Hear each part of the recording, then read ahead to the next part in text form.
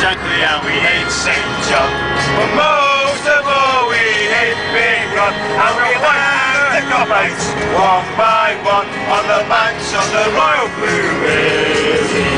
Yeah, with Liverpool and Rangers, throw them all in the Mersey, and we'll fight, fight, fight with all our might for the boys in the Royal Blue Jersey.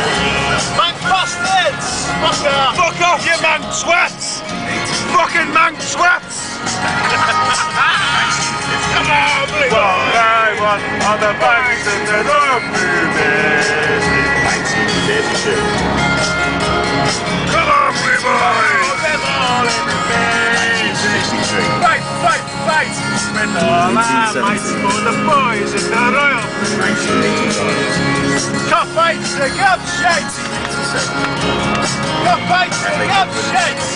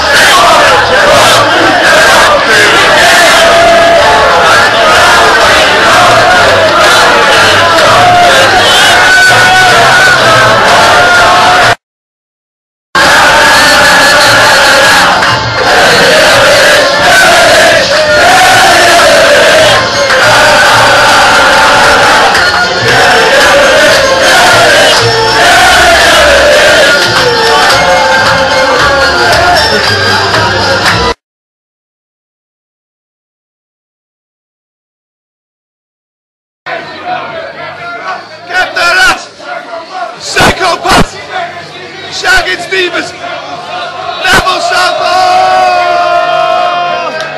the hero will answer.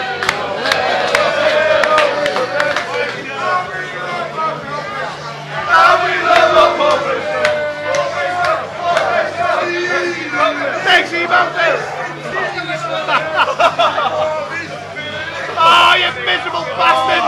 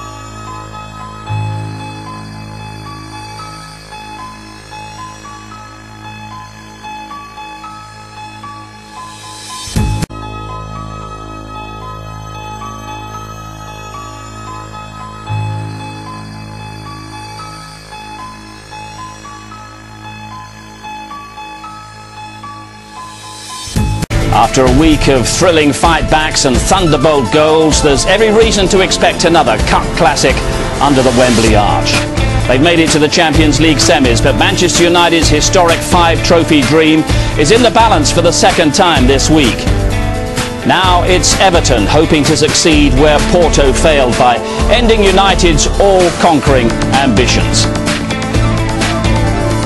Manchester United and Everton battle for the right to face Chelsea back here in the final next month. Thoughts also about this Wembley playing surface? You remember it as being billiard-like in your day. I used to love playing, especially on night games. It used to be absolutely perfection to play on, but there's been a lot of talk about it. But change the character of the way this match is played. It might tend to favour the long ball game, but there's so much between these teams, so much cross United Everton rivalry, especially with those Neville brothers, and big day for them and a big day for everyone involved with both clubs. And that tension in the tunnel, and the tension etched on Phil Neville's face. What do you think his thoughts might be as he gets set to face his old team? Win. Win. They've come this far. Win. Saha as well. And it didn't go really well for him at Manchester United. He'd love to score a goal today, but you see there, he's the model pro. He's the one that David Moyes puts up to everybody. You know, he's first in the place every day. He's doing his stretches. Teddy will know better than me that the man is an excellent professional. very underrated as well. I used to love him at Manchester United. Bit harsh that it was a bit understudy to Gary Neville and Dennis Irwin, because they were fantastic players, but whenever he came in, always 8, 9 out of 10 every week. Fantastic player. So the short walk down the new Wembley tunnel, and whatever you feel about semi-finals at Wembley, it's another huge occasion for United, and maybe the biggest occasion yet for David Moyes' Everton. The second semi-final of the FA Cup is a few minutes away.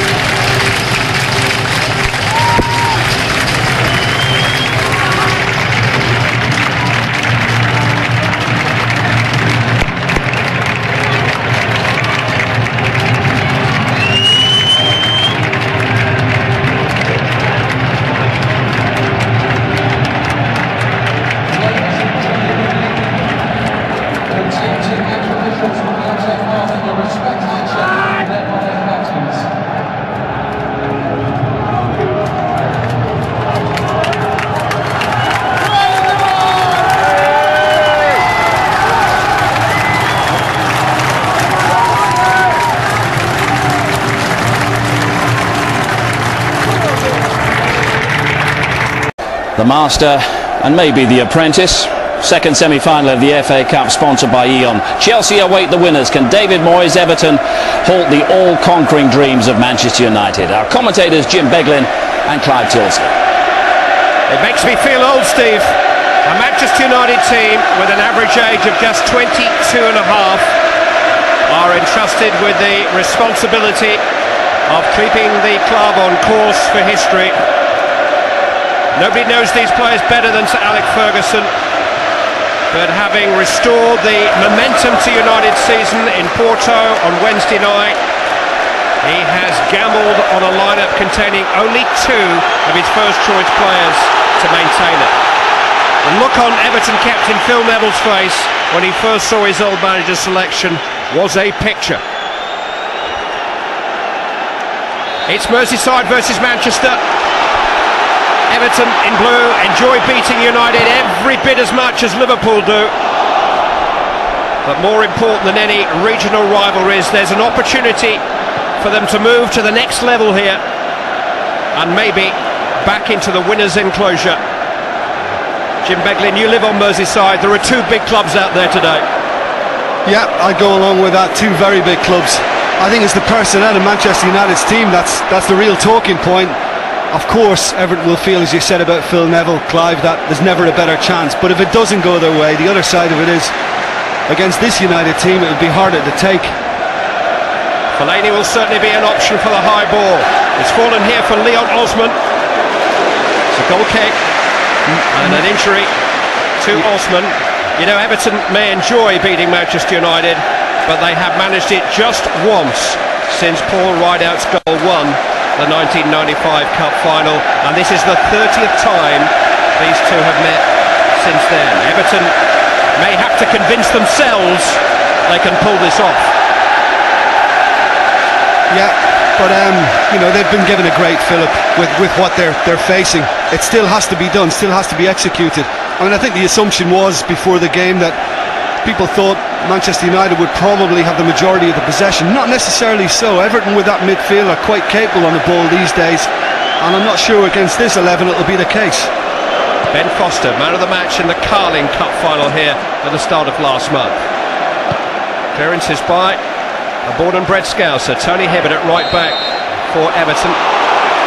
Free kick given against Fellaini, not the first this season. Although he hasn't been booked since February, he has had a heart-to-heart with David Moyes and settled his game down. There's no doubting his potential. Or this man's, Makeda.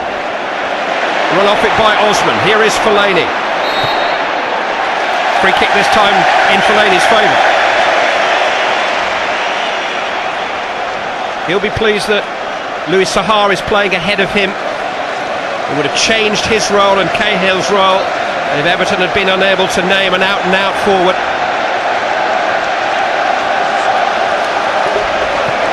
Hibbert with the free kick. Fellaini the target, headed by Vidic. Seized upon by Park. And here's Danny Welbeck, ostensibly a striker, a right-footed striker, playing on the left of the Manchester United midfield. Anderson up towards Carlos Tevez, well tackled by Leighton Baines.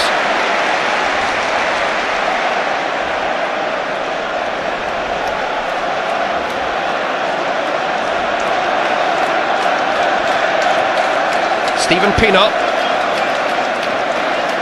50-50 Raphael and Cahill, neither of those will pull out. Fellaini putting the South Korean Park under pressure. It bounces for Pienaar. Tried to tuck it in for Osman, it may still come for him, but Fabio covers. Well, we thought there'd be contesting brothers out there today. Gary and Phil Neville, there are two brothers on the field. 18-year-old twin brothers from Rio de Janeiro.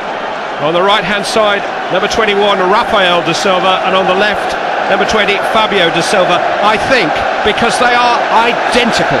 And we hope they stay that way, one on one side and the other on the other. The only way even the United staff can tell them apart is that one of them, I think it's Fabio, is married and wears a ring. And the brothers have been known to exchange the ring. Makeda, who's big and can look after himself. Oh, well, he's usually scored by now.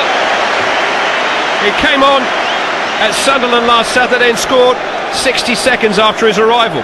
I think Jagielka was up a little early and just kind of hung there and couldn't deal with it in the air, and he followed up his own header, Makeda, but I think the defender did enough getting back. Those of you with HD television watching us on Freesat can access this match in high definition by pressing the red button. Players are wearing black armbands, the continuing remembrance of the 20th anniversary of the Hillsborough tragedy. I think it's only right. Respect above rivalry. That's how it should be. Foster has played just once since the Carling Cup final. That was at Sunderland last weekend, where he was culpable for the Sunderland goal. Ferdinand up towards Park. This is Tevez.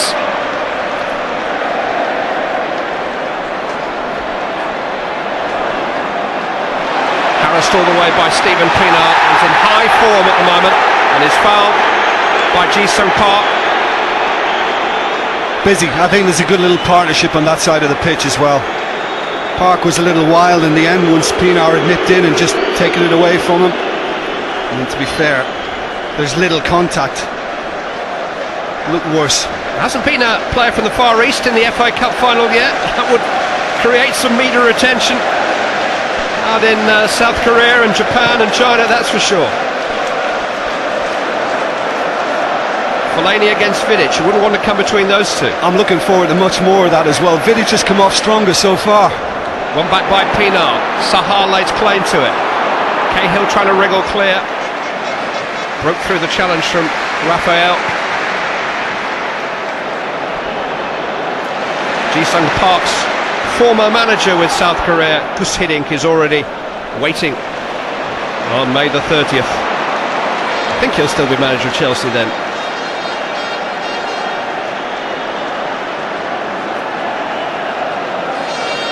Manchester United have been shipping goals during the last month, and Everton have been scoring goals. 13 in their last 5 games. They've lost only once since going down to a solitary United penalty at Old Trafford at the end of January. So they're more than just plain stubborn, that's for sure.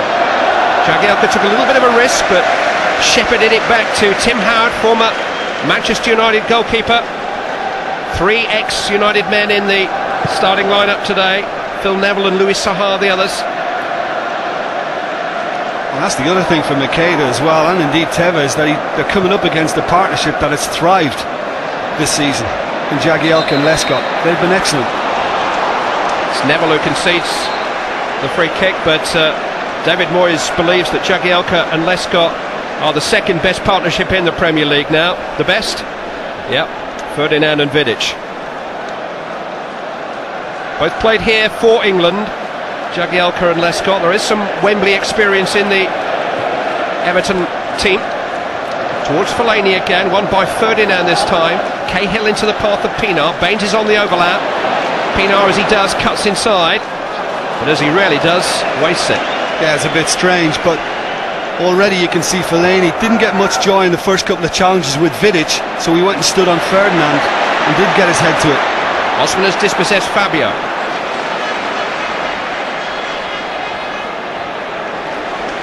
Neville. Sahar. Cahill. Hibbert.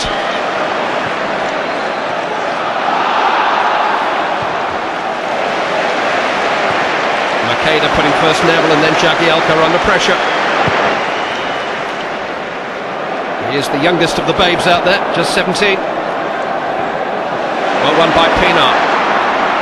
Neither Raphael nor Fabio are particularly tall. Good burst into the box by Leighton Baines, but the ball is out for a goal kick. Well, both sides are doing well in terms of making it difficult for one another. I think it's hugely competitive. Wonderful, wonderful atmosphere inside Wembley, as you'd expect. And there's great commitment out there. When Sir Alex Ferguson was asked to name the 3 best Premier League managers recently, he chose Arsene Wenger, Martin O'Neill and David Moyes. Moyes almost became his assistant 10 years ago when Brian Kidd left the club. Failed the interview. Steve McLaren got the job. Makeda, who lacks not an ounce of confidence. Here's Darren Gibson. One for Fabio to chase. Jagielka taking no chances.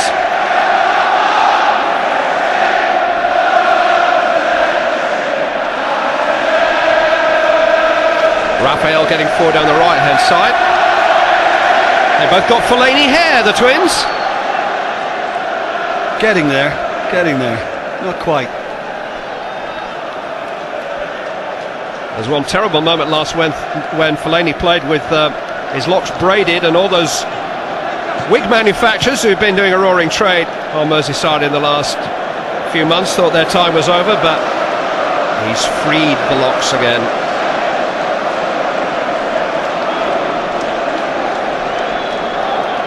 6 feet 4.5 inches, 6 feet 7 when his hair's dry.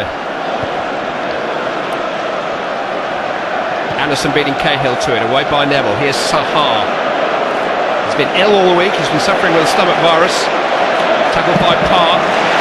Gibson got stuck in there. That's what I mean about the commitment. I mean, neither of them are holding back.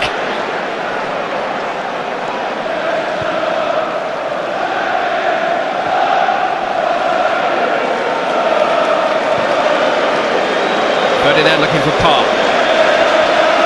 Gibson. Anderson. Shown too much of that to Neville. Osman to Fellaini. And Phil Neville has got on and got in behind Fabio.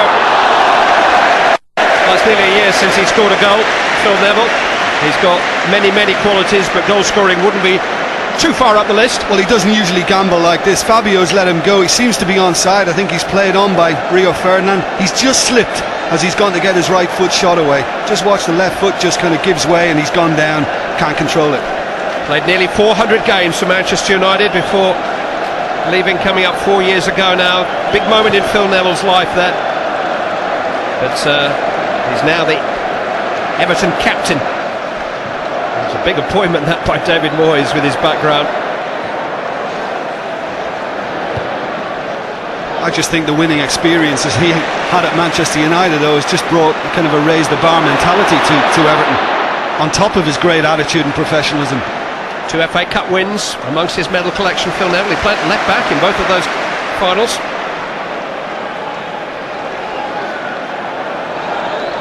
Vidic. Well back. It's come off Hibbert for Makeda. Dinked in to Welbeck. Makeda offering to take over. Gibson swung out towards Park. That's clever. Tevez has got some space. Hasn't got control though. Cahill clears. Well, the work rate across that Everton 4 and when Fellaini drops in to make it a 5 is very high. I mean, really are closing the space quickly. I think United are obviously going to have to be a little more accurate with their passing. Not easy against that type of organisation. Full-blooded start.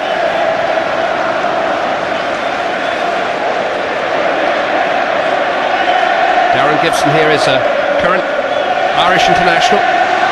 Kiko Makeda exchanging passes with Danny Welbeck, and again Welbeck has slipped away from Hibbert. And square now, it's Carlos Tevez! First touch wasn't the best, just took it away from him, but a delightful combination between the teenagers Welbeck and Makeda. Well, that's the kind of passing I'm talking about. I think you have to move it that slickly, that quickly against Everton. I thought Hibbert could have done better in the first challenge.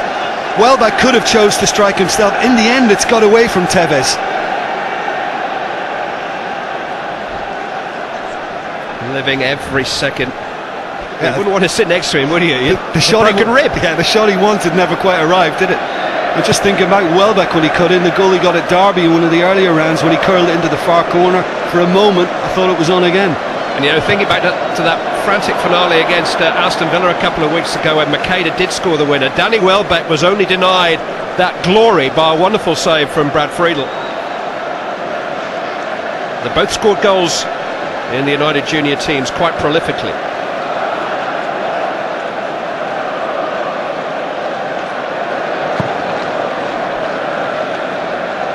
Makeda is big enough to look after himself.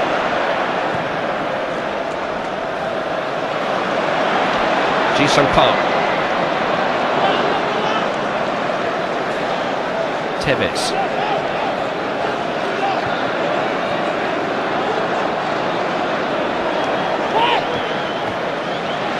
Raphael just hesitated momentarily. How do you think the pitch is playing, Jim? Well, it seems okay, and I think, having watched yesterday, I think probably the players are a little better for it. To be honest with you, my experience here in an FA Cup final was a lot worse than what's out there, believe me. The grass was very, very long that day. I would have taken this. It was just after the war, though. There wasn't a lot of money around in those days, Jim. That's the problem. Yes. It's almost got a falseness about it. There's almost like bits coming out of it, lumps. Well, I just thought, looking at yesterday's match, it was weird. Yes, it's cutting up because it's a little soft, and somehow it's bubbling as well. I mean, how they've got that combination, I just don't know. But when you look around you, it's such a shame that the most important part of it is not right.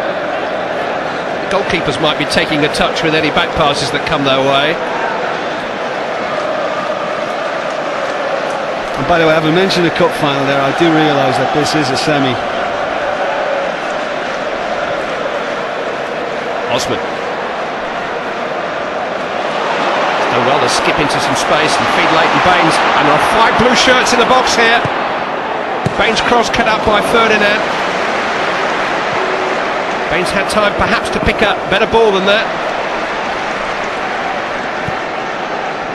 Well, when Pienaar tucks in, he just gives Everton that outlet, Baines, because he's always willing to run on, get down the flank. Just needed to lift the cross a wee bit.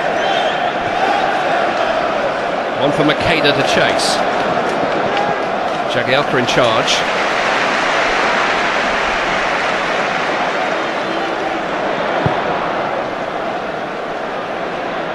Fellaini got up in front of Vidic that time, but could only direct it for Fabio. He's asked too much of Welbeck. His only appearance for Manchester United before this afternoon was in the 4th round of the competition against Tottenham Hotspur some 3 months ago. His first major season with the club has been injury-plagued. Rafael on the other side has seen far more first-team action. Appearance number 22 for him today, but he hasn't played for a couple of months because of an ankle problem. 18 years of age. They look up at 8. Yeah, and we know he loves to get forward as well and support the attack. I think he'll find it hard against Pienaar. He puts in a terrific little shift. That'll be a good little battle as well.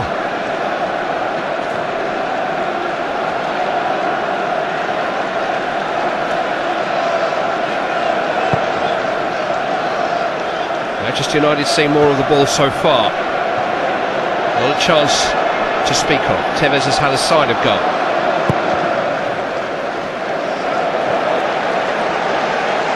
Semi-final lineup undeniably strong, with 4 of the Premier League's top 6 on call here this weekend, and David Moyes' Everton have put out the other 2. Liverpool in the 4th round, Aston Villa in the 5th.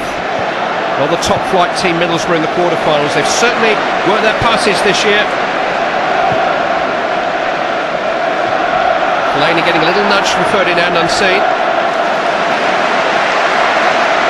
Well, you just wonder as the match progresses whether Everton will kind of rely on that ball more often. I mean, they have moved on hugely in terms of their ball retention, the way they can work it across midfield. A couple of their absentees today. Mikel Arteta on the left, injured. Joe, the Brazilian forward who is not eligible for this competition. Don't forget, Yakubu has been missing for a long time this season too. Hibbert. Osman trying to feed it back to him, but Fabio responded well, and Welbeck pops up at his shoulder. Easy enough for Jagielka.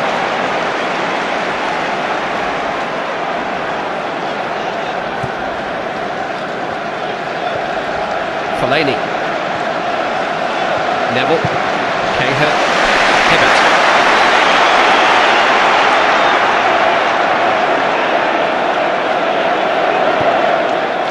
Pienaar. Osman taking over. Lovely build-up this from Everton. Baines trying to take on Rafael. You know, when Joe Rawls' team won the FA Cup in 1995, they were labelled the Dogs of War. They were an aggressive side, but they had some very talented players in that side, like Graham Stewart and Anders Limpar. And I think this Everton team has perhaps been wrongly labelled at times because they're enthusiastic, because they're industrious. There's far more to them than that. No, I think the very early David Moyes teams were that. They were dogged, they were industrious.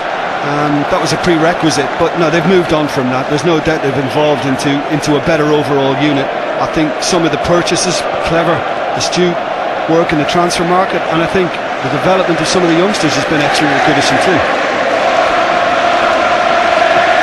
Vidic, Makeda, away by Jagielka, finds Osman.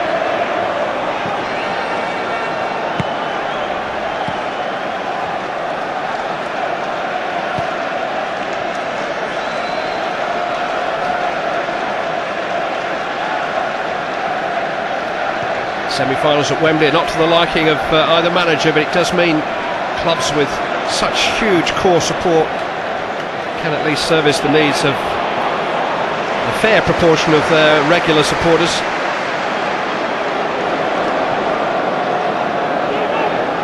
This is the 11th semi-final to be staged at headquarters, and it's contracted to remain that way for the next 30 years or so.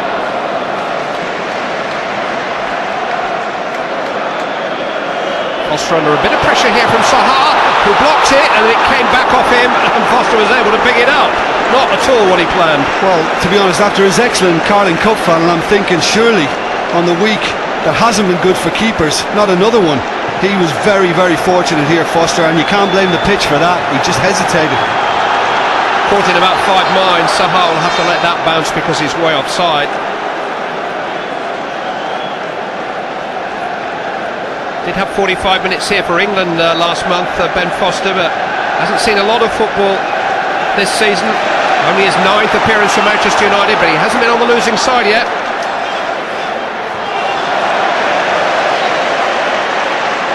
Edwin van der Sar, incidentally, is not even in London. Neither is Wayne Rooney, neither is Cristiano Ronaldo, Michael Carrick, Darren Fletcher, John O'Shea, all looking in. Good afternoon, boys. Makeda. Here's Welbeck. Let's go right. Corner kick. Had to get it right. Well, again, I wondered for a moment would Makeda try and get it on his right and whip one, but instead he's gone for Welbeck. It's just very well read, isn't it, by Julian Lescott? Been doing that all season. Vidic is on the way. Not arrived in the penalty area yet. It's been taken short to Tevez. This is Gibson. In towards Park, beaten to it by Lescott. Very strange. Nemanja Vidic wandered forward rather slowly towards the edge of the box and never reached the penalty area when the corner was taken.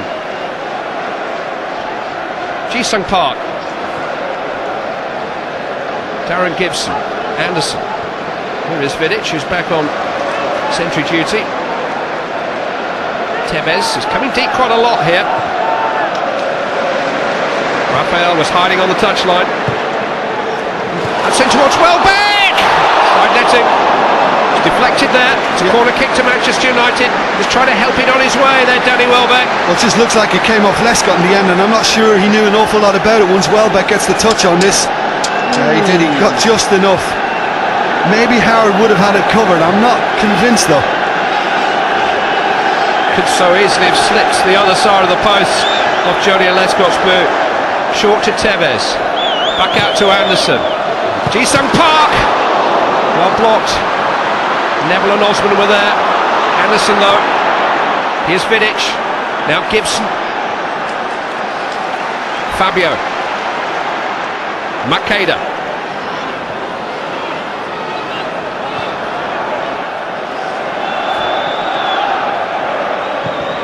Anderson, that's a terrific pass for Ji-sung Park. Manchester United having a really good spell here.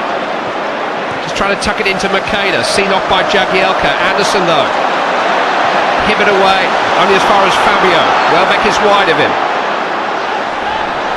4 red shirts in the box. Darren Gibson.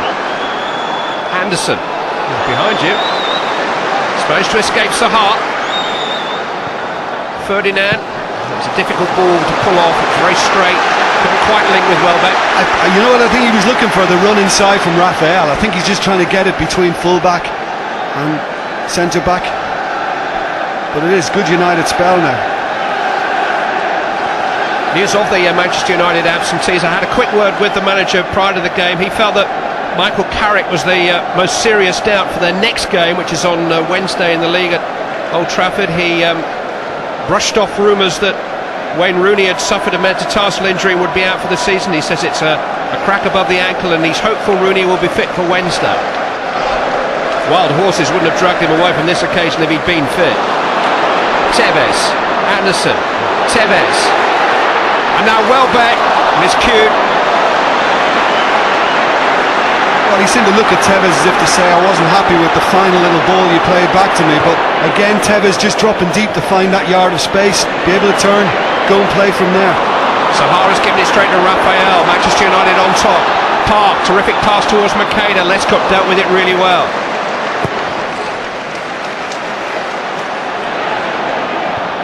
Vidic. Park, it's coming back at Everton as quickly as they clear it. Tevez. Ji-sung Park. Too long for Makeda, and easy for Tim Howard. Everton need to get hold of it. They need to just hold on to possession for a while, make sure they find blue shirts, just settle everything down. A little bit of composure is required now from the blue half.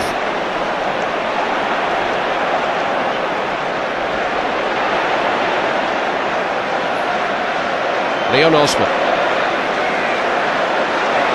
Phil Neville. Tim Cahill. Leighton Baines. Pinar's in a good position, here he is. Committed Raphael, but he defended his flank well. Tevez might reach this.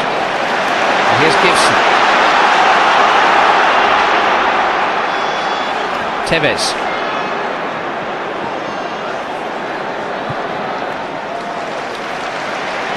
Here's Fabio. He's naturally right-footed, as indeed is Welbeck here. Two players who make up the left-wing combination for Manchester United. Anderson's a lefty, trying to get it back from Park. Lescott again. They've defended well, the two centre-backs. They've had to in the last 10 minutes or so.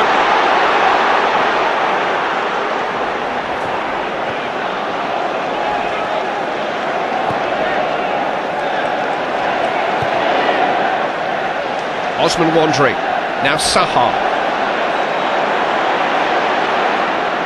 Played behind Pinar, who was aware that Baines had made the run beyond him.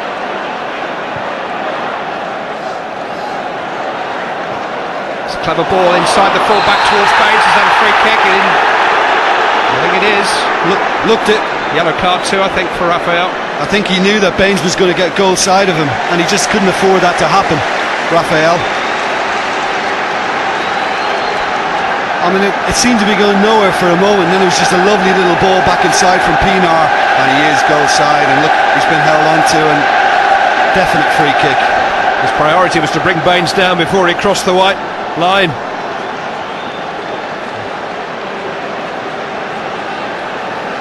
Now there's some big men in the Manchester United penalty area, but it's not the biggest that Manchester United will be keeping an eye on here. It's Tim Cahill. He actually hid behind Fellaini for a free kick which led to a goal at Aston Villa last week. He's not doing that now. He's standing right next to Ben Foster. Sahar can leap too. Lescott and Jagielka are in there. It's Pinar, and it's not very good. They can all stay on station because there's a corner on the right.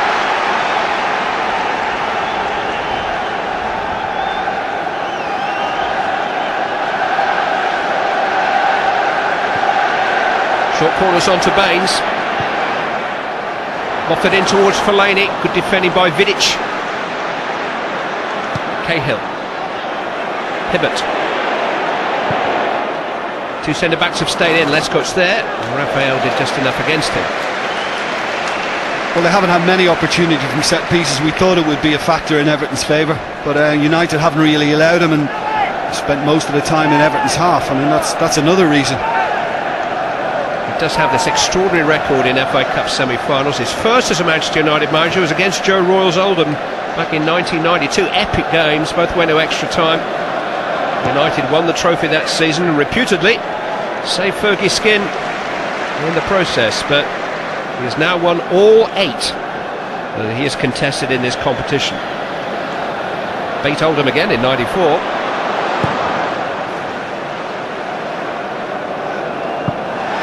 I think out of the two managers so far, Clive, I think Alex Ferguson's got to be the happier in terms of his side's territory and possession. I think David Moyes saw him before he's gesturing to his players. I think he wants the ball worked a little quicker, a little crisper. Another big live semi-final coming up your way here on ITV1.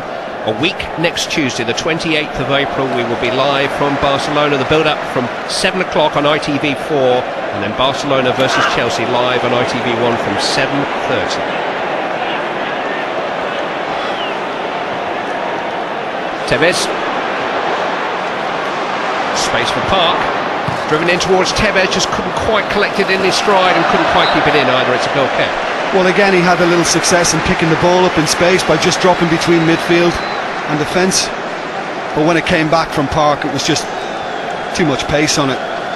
First touch got away from him. Again, look, that little pocket, that area he's just getting into. And when it's played back in, just a little quick. I mean, trying to get round Jagielka at the same time was too much to do. Manchester United have played 15 more games this season than Everton. This is their 56th, Everton's 41st. Hence the selection.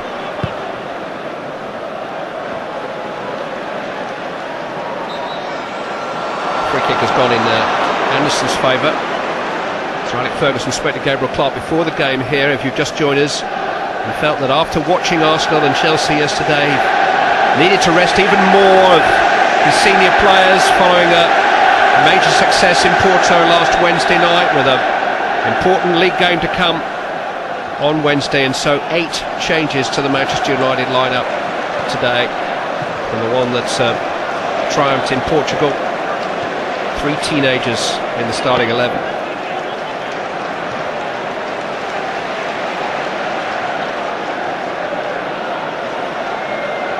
Substitutes bench does include the likes of Dimitar Berbatov and Paul Scholes, Patrice Evra, Gary Neville.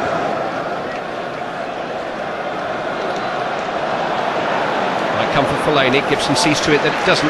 But that just shows you what Fellaini is kind of learning. I mean, the coaching staff have obviously been on his case. He admits it himself that he needed to kind of control himself and tackles more. And even at Villa Park last week, visibly you could see him at times withdrawing from something that could have got him a yellow card a couple of weeks ago. Yeah, I think there's been a naivety about his play more than a malice. Yeah. Anderson. Tevez.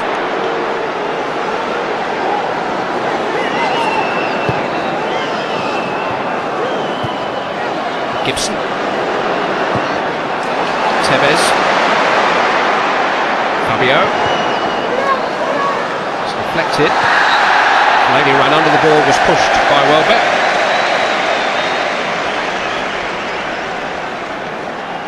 Yeah, there was a little nudge just there from Welbeck, just eased him out of the way. That was enough for Mike Riley to award it Everton's way.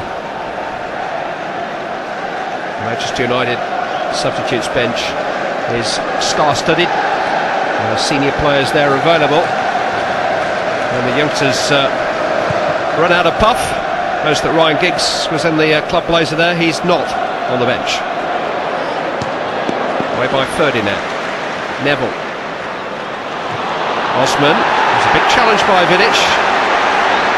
Yeah, I think the presence of those two again today, I think it's even bigger today. Obviously, when the partnership was restored in Porto on Wednesday night, it was even bigger for the first 11. But I think it's, gives them a reassuring factor again today. Yeah, any joy in the Everton dressing room when the Manchester United team sheet was revealed was probably not shared by Louis Saha when he saw who was at centre-back for his return to action. And Fellaini.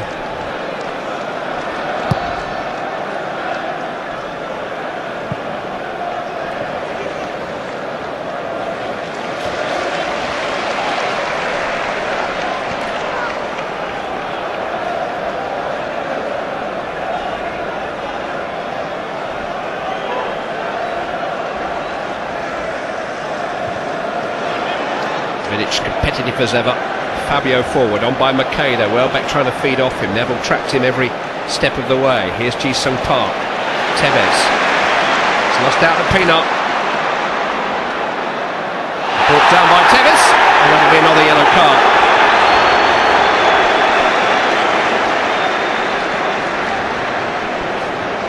Well, it's the work rate you expect from Carlos Tevez, but in the end, again, it's nothing malicious. It's just a mistimed challenge once he nicks it away, Peanut. A kind of relatively easy decision for Mike Riley to make. They knew the card was coming. Both Raphael and Tevez have been cautioned. The only significant statistics, with 10 minutes of the first half remaining. Fellaini just unable to bring the ball under his spell. It's a long way from his brain down to his feet. Ferdinand to Fabio.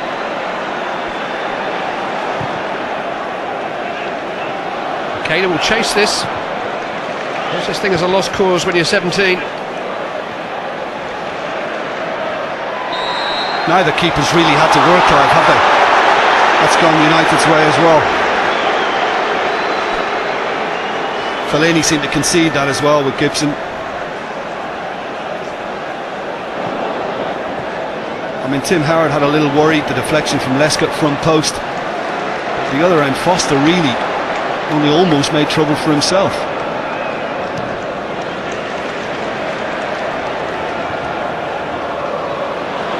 Anderson.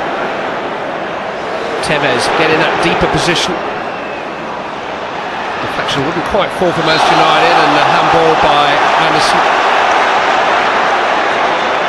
Certainly catches him on the arm. Not sure if it was meant. It just slid in, and Hibbert struck it into him, really. You know, judgment will be passed on Sir Alex Ferguson's team selection only when we know the final result. That's the way of modern football, but they certainly haven't looked nervous, they haven't looked out of their depth. I mean, so far, the performance has justified it. I was expecting a little bit more from Everton in the circumstances. They're doing okay containment-wise, and they're not really under threat. But I thought they'd do more on the ball. I think, yes, United have looked more comfortable, more at home. More dangerous thus far. Here's Sahar. Trying to change that. Osman. Headed away by Vidic.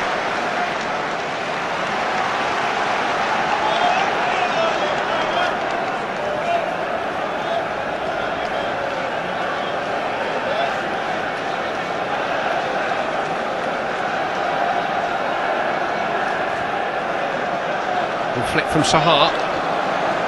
Vidic again there. Sahar with a header on this time. Pinar trying to reach it. It just eased off the ball by Raphael. Shoulder to shoulder, says a well-placed referee. I thought there'd be a big appeal, mainly from the crowd for a penalty. For me, that's just very good defending. Just ease the man away. It's not a penalty. He's in a great spot here, Mike Riley. He's looking at this from directly behind. That's it, it's just shoulder to shoulder, and he's just eased Pinar out of the way.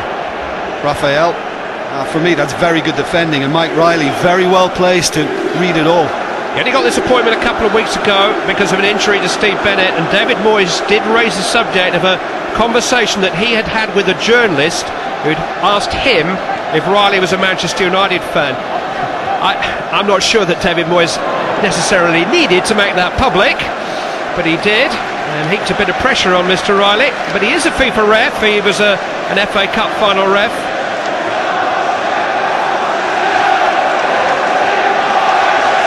Mind games. Fellaini. Sahar. He's made some space here. It's dangerous, turned away by Gibson. He's been a good protector for his back four so far, Darren Gibson. Leighton Baines, though, has been a source of some threat down that left-hand side. Gibson's there once more. And now Baines is out of position. And here goes Tevez. Anderson, Makeda, and well back ahead of him.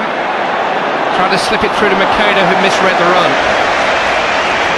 Yeah, I mean, Tevez has looked up and think he's going to go to the right. And by the time he looks back again, he's gone the other way.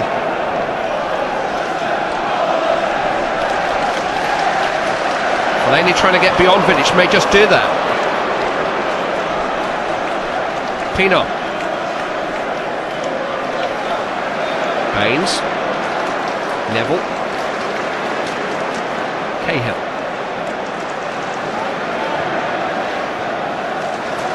Pino trying to escape Raphael. Don't forget, he's got a yellow card against him. He's got to watch his step there.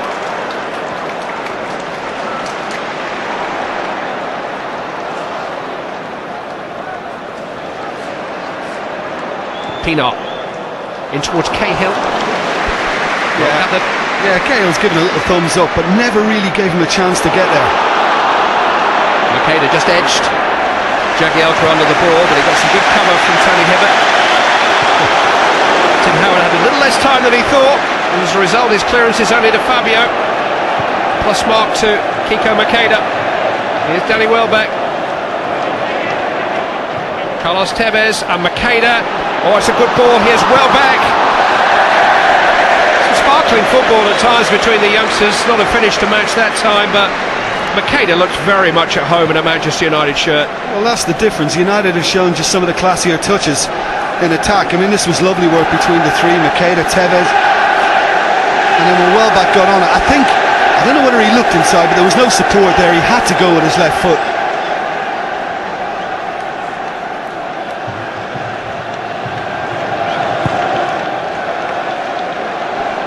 Everton going long towards the head of Fellaini again.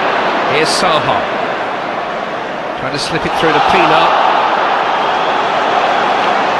Anderson though. Tevez is finding some great positions here behind Makeda. And now Welbeck has some freedom. For support. Well, he is naturally right-footed, but that's a really poor cross. Well, presumably he was just looking for a little dink into Tevez, who got himself back up from post. But that was weak. You're expecting better from Danny Welbeck in that position. Once it's fed to him, watch Tevez continues his run, unguarded, goes to the near post, but no chance. Could have come back on his right, whipped it. You know, he's the only man in the Manchester United squad who's played in every round of the competition this season. It's only their 5th match in this competition, and Manchester United have used 27 different players.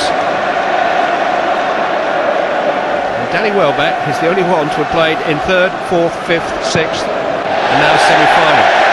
It's a nervous moment for Foster again. Well, Saha is thereabouts, but not putting the goalkeeper under real pressure.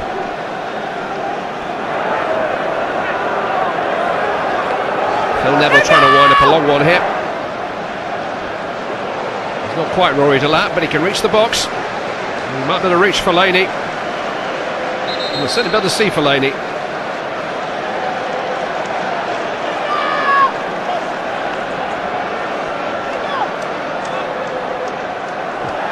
Are you ready, Phil? Neville's throw. Vidic away. Suspicion of a foul by Fellaini, but Neville's going to get another opportunity to wind one up.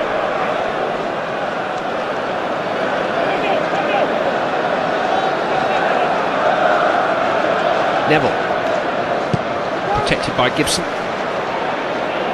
Tevez done well to protect the ball. Hasn't kept it though. Baines flicked off Ferdinand and fell under the stewardship of Vidic into the grateful hands of Ben Foster.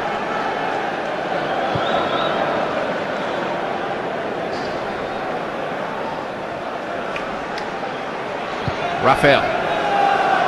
Park on the moves. Managed to get to the ball ahead of Baines.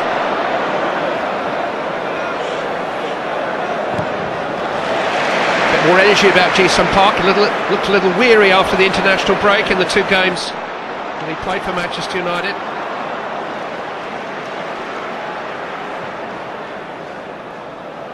Fellaini's offside.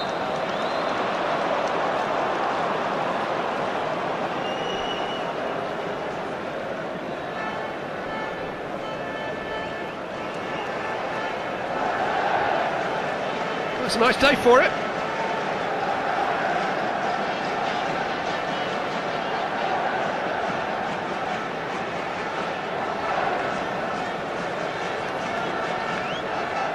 Manchester United's 50th major cup semi-final, bidding to reach a 30th final.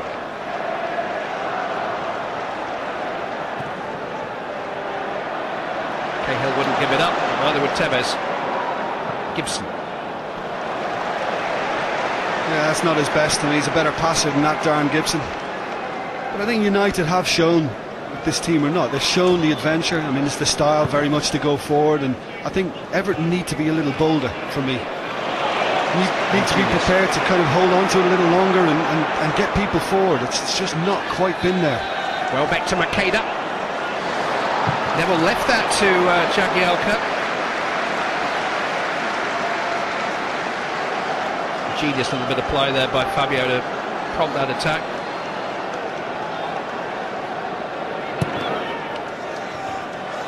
Vidic is there again.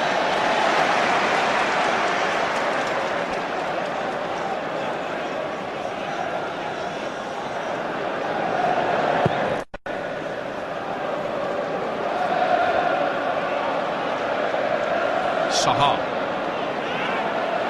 Cahill optimistically appealing for handball, but it fell for Osman anyway, and here goes Fellaini. It's out of play.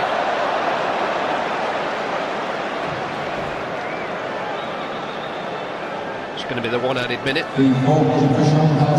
He's worked hard, Fellaini. He's really put himself about. Obviously much fitter than Zaha, and he's done a lot of his work for him, but he's finding it very, very hard really to get into the game and to create anything significant.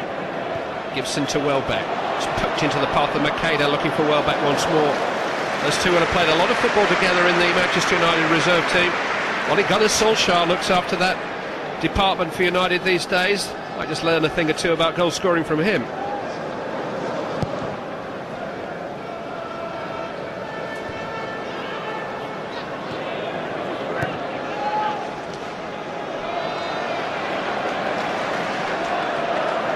They look in control as well, Clive, don't they? Vidic and Ferdinand, they look as though they know it.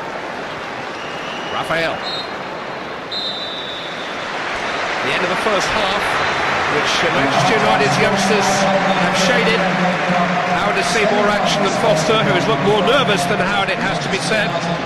There hasn't been a glaring chance that somebody really should have taken. But Manchester United will be encouraged after the gamble that their manager took with selection. Half-time, Manchester United 0, Everton 0. It only takes a goal. The 1988 final, 85 final, was decided by one goal. I'm not allowed to tell you the scorer because that would be the answer to the competition. The 1995 final between the two, settled by Paul Rideout's header. There was a semi-final back in 1966 at Burnden Park, Bolton. Colin Harvey, who went on to become the Everton manager, got the only goal of the game. And Jim Beglin alongside me. One may just do it today. Yeah, I think the way that first half was going, one could certainly do it today. I mean, I think Everton have been playing, and it can happen in semi-finals when a little bit of tension creeps in. They've been playing not to lose it, rather than saying, well, how can we go about winning this? And I think there needs to be much more conviction about them going forward. Vidic's first mistake of the day has ushered them forward, but it's been corrected by Anderson.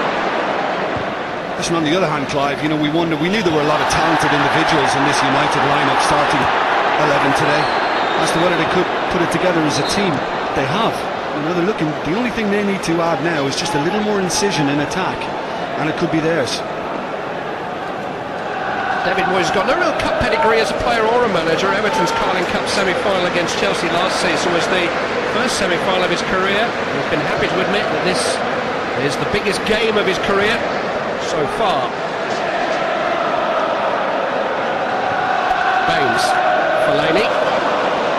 I was idly looking through the betting exchanges yesterday. I just wondered where the odds stood on the next manager of Manchester United, and David Moyes is third favourite. Do you know who's ahead of him, Jim? No, go on. Martin O'Neill and Jose Mourinho. Don't think they know, do they? Here's Neville. Osman. Zaha. Tackled by Raphael, and here goes Darren Gibson. It's a very steady game for Manchester United. Danny Welbeck. Kiko Makeda. Welbeck had gone on, wasn't expecting the pass.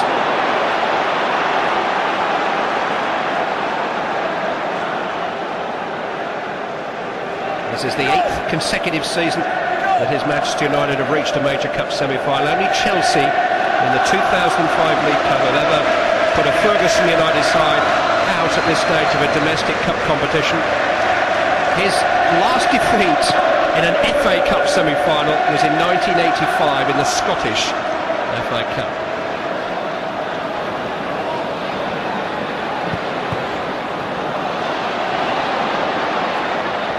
Hibbert couldn't keep it in. Good friend of Stephen Gerrard's, Tony Hibbert, played together in junior teams in the Highton district of Liverpool. Their dads are good pals, and it's very important, particularly in traditional city clubs like Everton and Liverpool, that there is that local connection with the supporters. Nemanja Vidic clearly has a problem. I think he looks a bit winded, Clive. It looks as if he's just taken a blow to the midriff or something.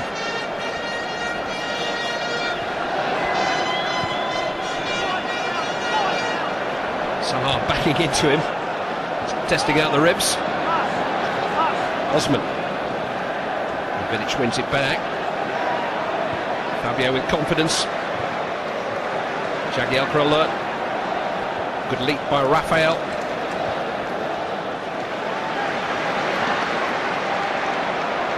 Lescott. Towards Fellaini. Used his arm to control it. That looked harsh, because there's a little nudge as he's got to control it from Rio Ferdinand, and I'm not sure that was deliberate. You know, look, he's been held onto as well, and oh well, it's just come and just hit him on the arm. Really, I think that's tough. It's wrong. It's deflected from his chest onto his arm. How is he supposed to get his arm out of the way? Cahill, Pino, Osman. Hibbert on the overlap here.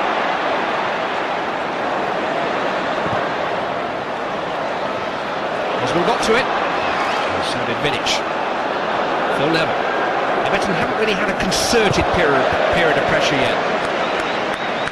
No, I think to do that you're going to need to see much more involvement from Pienaar, from Osman, from Cahill. Puck was up. Osman penalised just as well for Manchester United. Fabio and Raphael do take chances.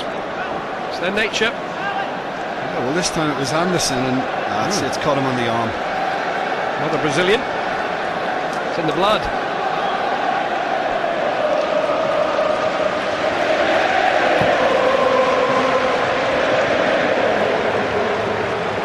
Cahill. Run into Raphael. Anderson. Overhit.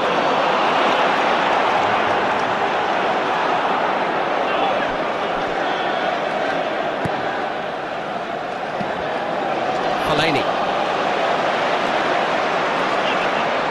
Pino. Had to be a little bit more inventive for Everton, but that was somewhat extravagant from Pino. Gibson. Nothing extravagant at all about him. Gets it, gives it, supports, covers.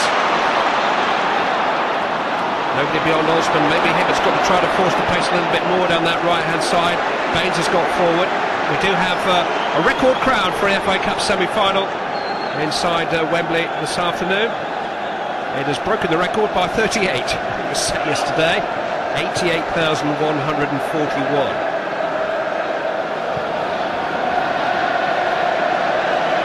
Good to see that everybody in the most expensive seats there over behind the Royal Box have finished their sandwiches and put down their champagne glasses and have decided to join the rest of us for the second half.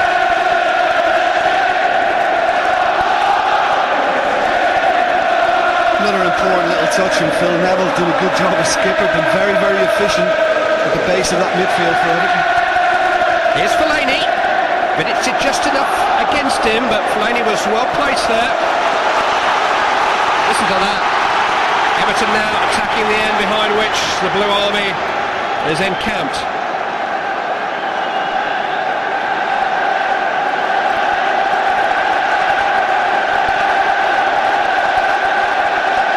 Evertonians pumping up the volume. Neville to Hibbert. Away by Vidic with feeling.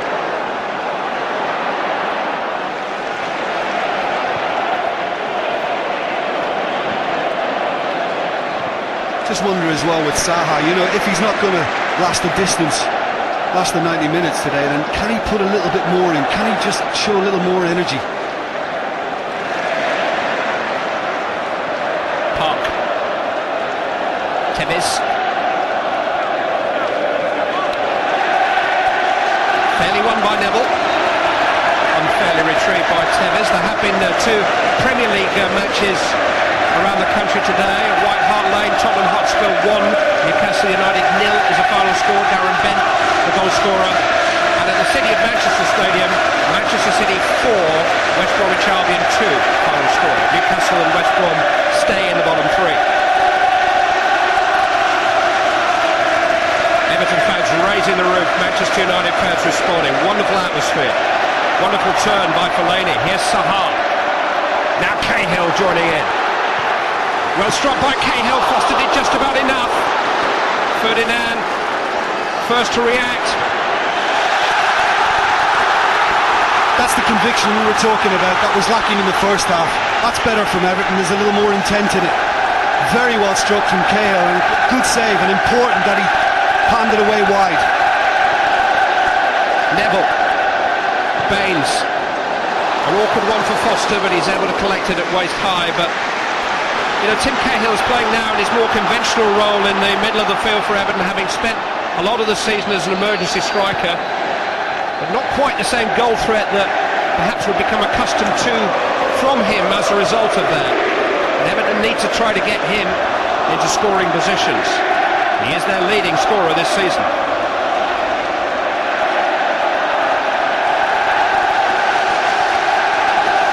They certainly don't like the support now, Everton.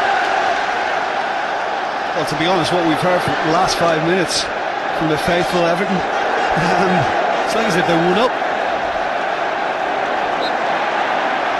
Hibbert fouled by Welbeck.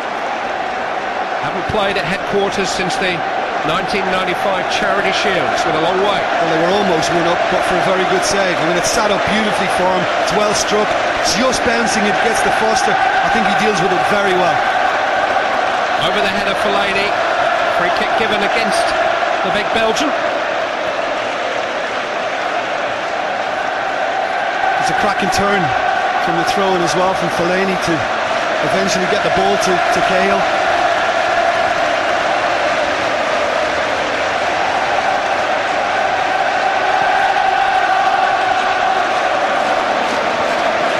Jagielka, Neville, Lescott. Sahar beaten to it by Ferdinand. Ji-sung Park. Big challenge coming in from Neville, but Park somehow through it. Makeda, Tevez.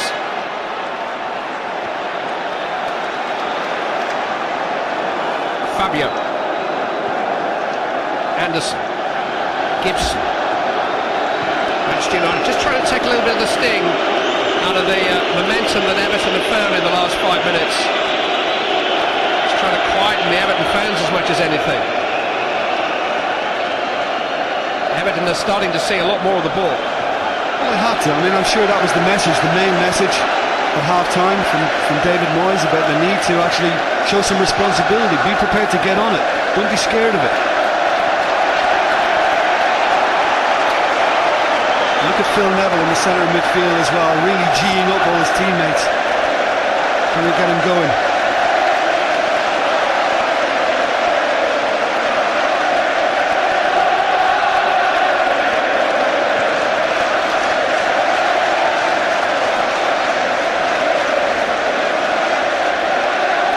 Well, nobody's worrying too much about how they're going to get home tonight at this moment. Everybody has come down from the northwest of England, not only enjoying the occasion but lending their voices to the occasion. It's got a wonderful feel to it.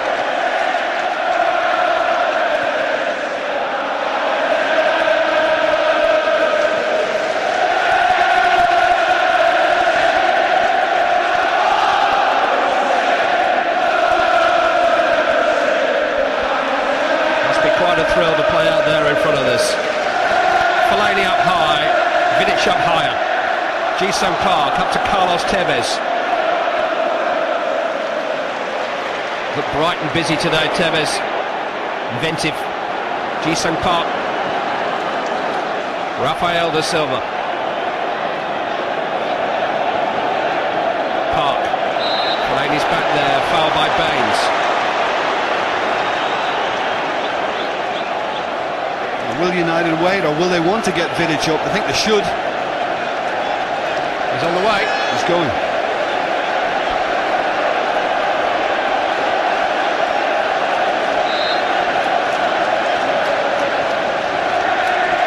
Anderson takes.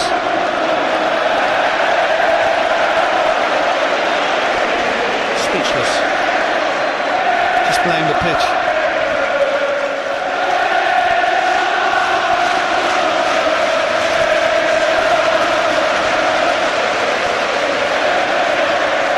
The acoustics in here don't disappoint.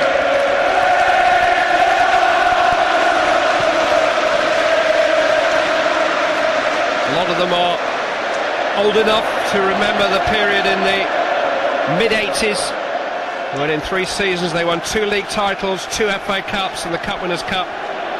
Trophy haul that maybe should have been greater still, but some close encounters with the Liverpool of Jim Beglin. What a fabulous Everton team. I mean, that was a really, really tough team to play against.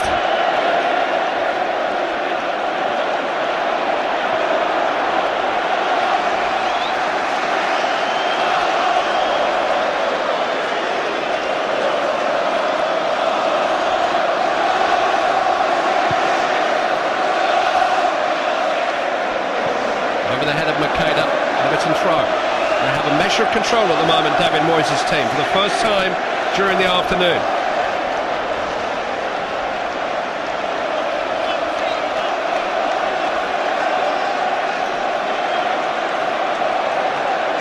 Wouldn't be too surprised if 1 or 2 stern words were said in that dressing room at half-time. Bit of a shaker.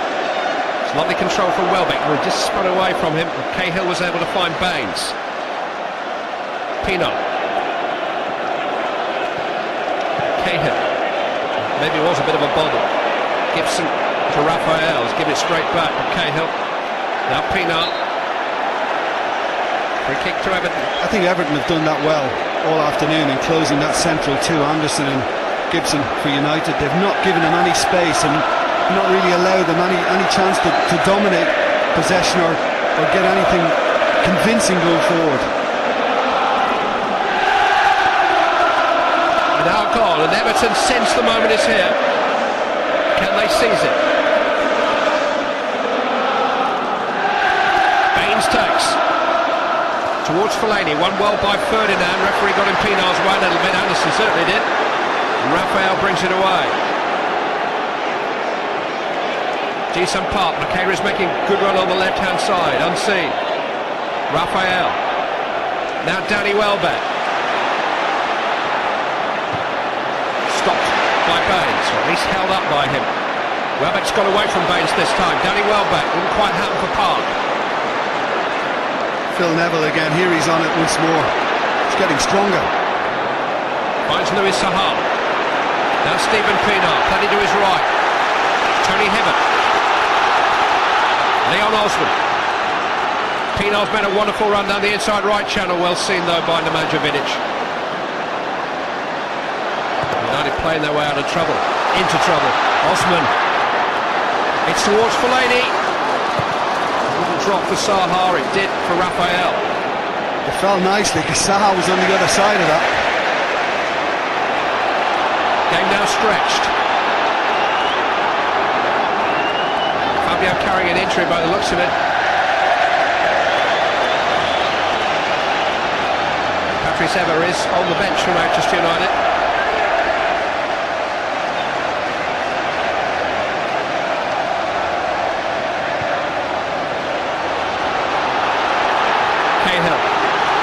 Baines against the 10 men of Manchester United. Away by Ferdinand. Tevez has won the ball from Neville. Makeda has made a run ahead of him, uses a decoy. Here goes Carlos Tevez, trying to outstrip Lescott. Hibbert recovered. And it's scrambled away by Howard.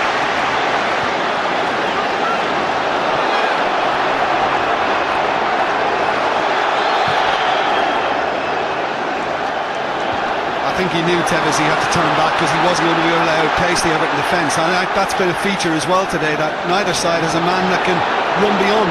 Anderson, Ji-sung Park, squeezing the shot, one side of the post, but you feel that there is a goal coming for somebody. Well, it's much more open, much more stretched now, and he's done well to come inside. Once it's fed back from Anderson, he's just made his mind up, he's coming in early. I think Howard's got it ready, he's in a good position guarding that post. I think he covers it, the goalkeeper, but good attempt.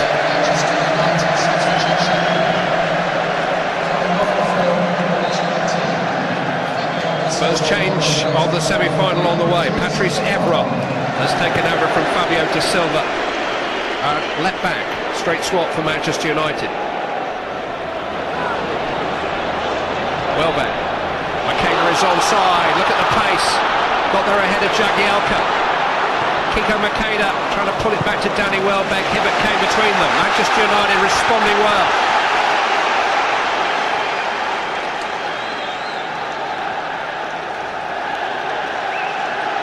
It's a belting 0-0.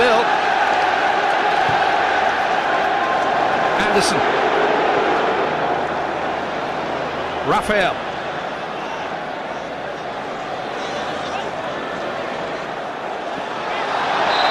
Looking for the free kick and getting it. Fellaini tripped him. Well, he felt the touch from Fellaini, but he was looking to go down, Raphael. That's it.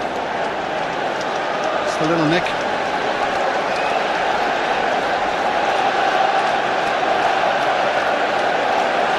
Vidic is in the Everton penalty area. I noticed after Anderson's last attempt, he's been ushered away by Gibson. He was overhit by about 20 yards, the last free kick from here.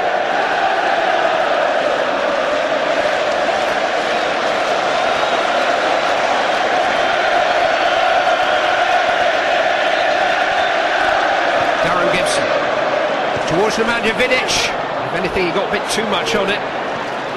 Never across the face of the goal, which eluded all the supporting Manchester United players, and Everton have a free kick.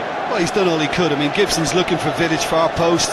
All he can do is head it back across in the hope that the teammate's going to arrive. Not to be. Wednesday in Porto was Manchester United's first clean sheet for 6 games, and coincided with the reunited pairing of Vidic and Ferdinand. They've both been immense again today. Fellaini's won that. Pienaar stumbled, Raphael forward, Lescott away, and as far as Welbeck. Here goes Makeda, slightly overhead, just couldn't quite catch up with it. Good work by Julian Lescott. Tim Cahill. Leighton Baines to Stephen Pienaar. Paul Scholes is imminent for Manchester United. This is Evra, the first substitute. Down to Anderson. Tevez. Fellaini. Osman. Now Hibbert.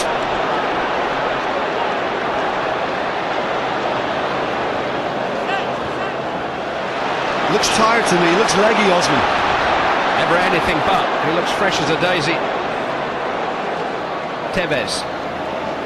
Gibson. Anderson. Gibson. Anderson. Makeda. Gibson. Well struck. It's a corner kick. Well, he loves an invitation to hit one, Darren Gibson. And he struck that one very well. Again, though, it's pretty much at Tim Howard. He's always in a decent position. And it's comfortable enough for the goalkeeper in the end. Not so as he can hold on to it, but that's enough. Close with a 25-yarder early in the Carling Cup final, Gibson. That was on target. But it's Ji-sung Park who makes way for Paul Scholes to make his 599th appearance for Manchester United. His 5th in an FA Cup semi-final. Clearance by Sahar. First touch for Scholes.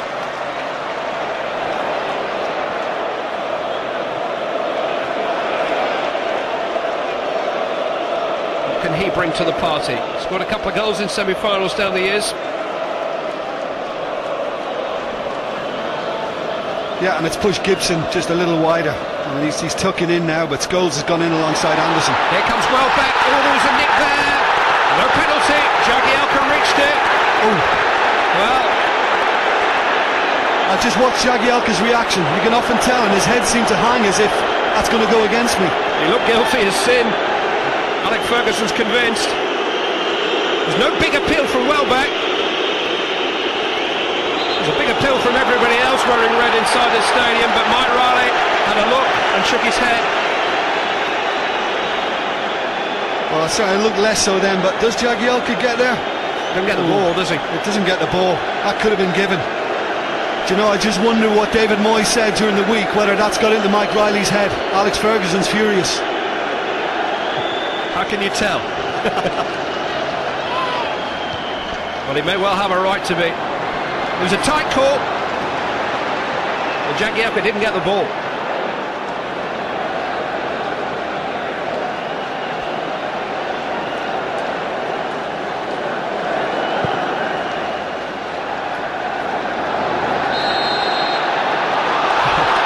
Free kick, would you believe, to Manchester United. Now he's got to try and put a lid on this kettle here. Fellaini's going to get a talking to at least. The whole commotion about his appointment, as far as Evertonian is concerned, goes back to a penalty that he awarded, would you believe, 6 years ago. It was Alan Stubbs who we heard from at half-time on Ruud van Nistelrooy in a match at the end of a season which cost Everton the UEFA Cup place, but good managers never forget. Well, he didn't get the ball, but I don't know how much of Welbeck he got. Yeah, I mean, it's one of those that it really is 50-50. Louis Saha has given the Everton cause the best part of 70 minutes, but he's had to give way now to Jack the Lad. Jack Rodwell, who turned 18 last month, and this will change the shape of the Everton team. It will mean that Tim Cahill will now lead the attack.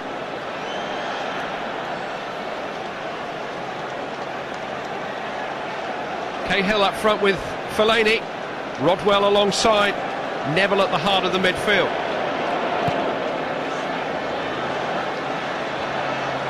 Cahill charging into Ferdinand and being penalised.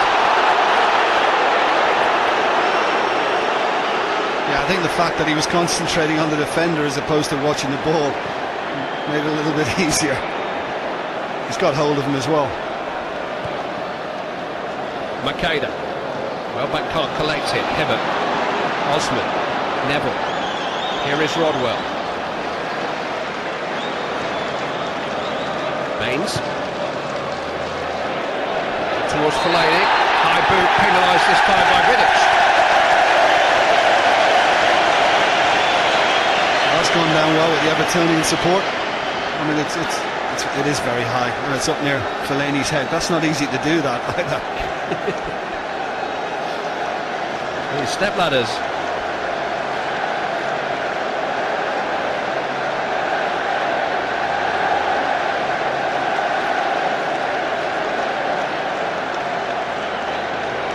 Taken by Neville. Taken out by Mancevic. Leighton Baines. Slipped into Osman on a run. And he pushed Darren Gibson in the back.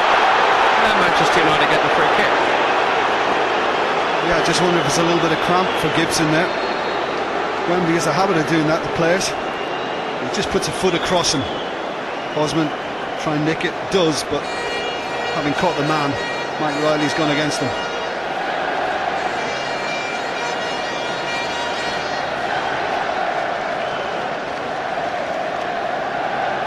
I must admit, the last replay of the penalty appeal, I think not. I don't think Jagielka's really trying to play Welbeck.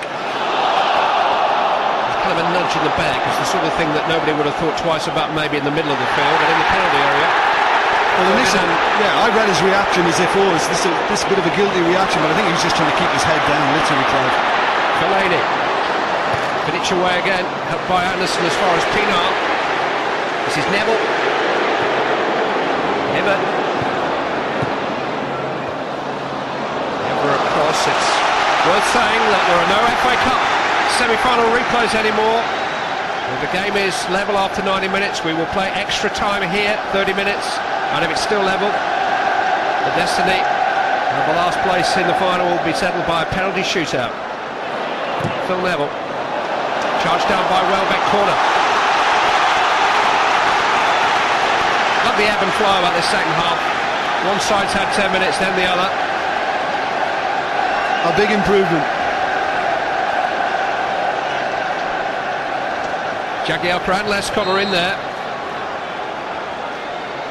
Jack Rodwell, the substitute, is a big 6-footer. It's taken out by Anderson. Too many Everton balls into the box, have not cleared the first man. Osman. Osman searching. Jagielka and Foster are coming together. Free kick given. Well, I think he has every right to go for that, Jagielka.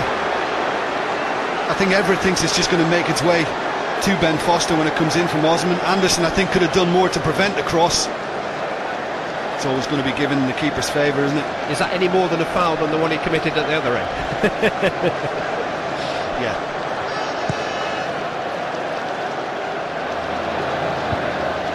It'd be a shame if the whole afternoon came down to should it have been, shouldn't it have been. I mean, referees have these moments in game, footballers have them all the time. Alan Wiley, the fourth official, is just continuing discussions with the Manchester United manager. For 1 second doesn't really decide a football match which lasts for 90 minutes. There's more to it than that. Jagielka. Cahill. And even if it was a penalty, it wasn't a blatant penalty, that's for sure. It's one that could have gone either way and did. Makeda. Welbeck is onside here. Everton have backed off him, and here's Carlos Tevez. Lescott got to him eventually. Rafael da Silva. Now picked off here by Jack Rodwell. Anderson is there. Ferdinand. Scholes.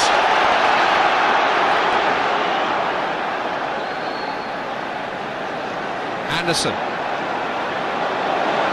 Carried it a long way. Anderson! And still to score a goal for Manchester United. There's a real purpose now. You almost sense that here are two teams that want to get this one here now. A lot of fixtures ahead of them. Midweek matches coming up. Let's sort this out now once and for all. Yeah, the angle was probably always against him, and he's trying to get his own crowd going there. Almost did by putting it in the net, but I think between Baines and Howard, I think it was covered.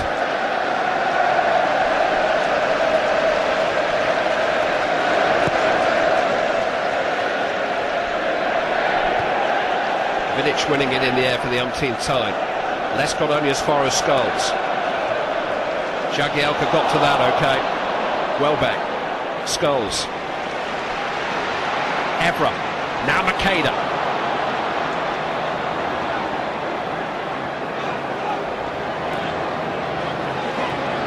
Evra taking on Osman. He's ridden the first challenge. Got a corner. Everton have got to be very wary as well if anything breaks. Gibson's going to have to take the corner. We know he can hit them from outside the box. And Scholes, that's where he'll loiter now.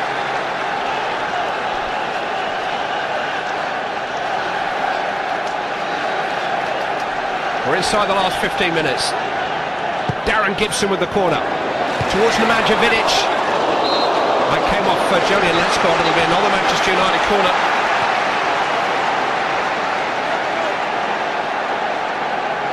Well, no surprise to see him involved, Vidic. I mean, to be honest with you, it looked as if it came off him last. I think Lescott got the first touch. Evra. Back to Gibson. Hib it away. Rio Ferdinand. Rafael da Silva. Makeda trying to flick it on.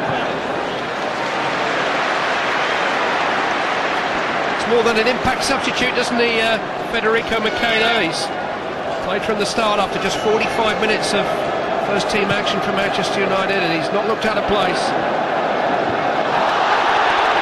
Ferdinand was up for a long time there. Time just jumped well. Anderson's won a free kick meanwhile ahead of him.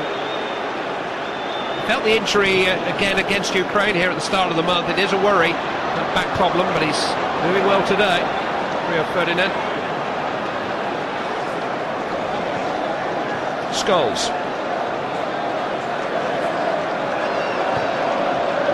Anderson.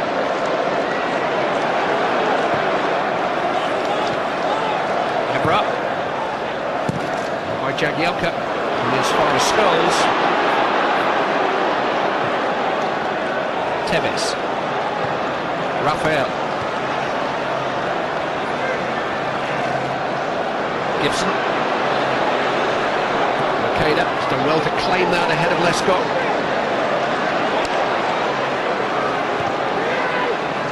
And Lescott drifted out there, Phil Neville just tucked in, seamless. Evra. It's asked a lot of Anderson, but he's there ahead of Hibbert. Wriggled out of the corner. Welbeck. Into Makeda, trying to return the compliment. Might still come for Federico Makeda. He was held off though strongly by Hibbert, and he's been penalised. Just get a feel that just Manchester United looked to overdo it slightly. I thought it could have been hit by Welbeck. And you just look for the little return ball in the end. It's good, quick ball into feet. Thought he could have hit it first time. Welbeck, instead of trying to get it back in, and Everton have got enough bodies back to deal with it. Hibbert was caught by him. Both Federico Makeda and Tony Hibbert will require treatment. We had to wait a long time for it, and it cost a bit more than people thought. But boy, what a national stadium. What an atmosphere inside it. Probably one of the things that's been lucky in the first couple of years of the new Wembley.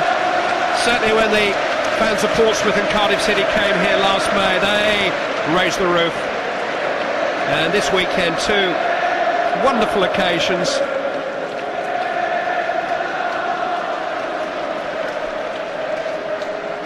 I think it's a knock for Hibbert, and it's cramp for Makeda. As I mentioned earlier, a lot of people over the years have suffered cramp on Wembley. It just seems vast in comparison to some other pitches. The new Wembley is making its own history. The first scorer of a winning goal for England in the new stadium was Everton's Jack Rodwell in an under-16 international here. April 2 years ago now, came on as a substitute and scored against Spain. That's a thing to tell your grandchildren about. Probably high in his list of priorities when you've just turned 18. They've got high hopes of Rodwell. David Moyes is comparing him to Rio Ferdinand. He thinks he'll play at the back eventually, both for Everton and for England.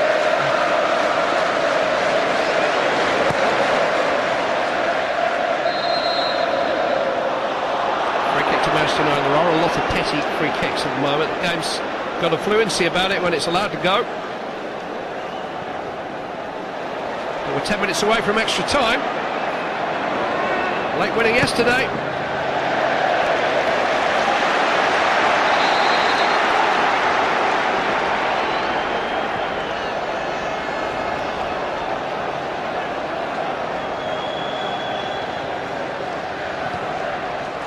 Charged down by Welbeck. Tevez. Makeda to his right, Welbeck to his left. It's just a little careless from Tevez, sent him too wide. Some speed though, Welbeck. Scholes. Makeda, offside. The flag was late, but he came from an offside position to receive it. Well, he only flagged on the appeal from the Everton defence. Makeda, is he just a little behind? Yes, he is. Correct decision. You just watch the arms go up, and then the assistant thinks, well, better stick the flag up. They do get most of them right in fairness, you know.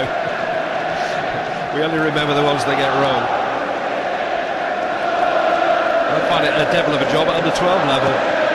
It's like out here with 25 cameras inside the stadium.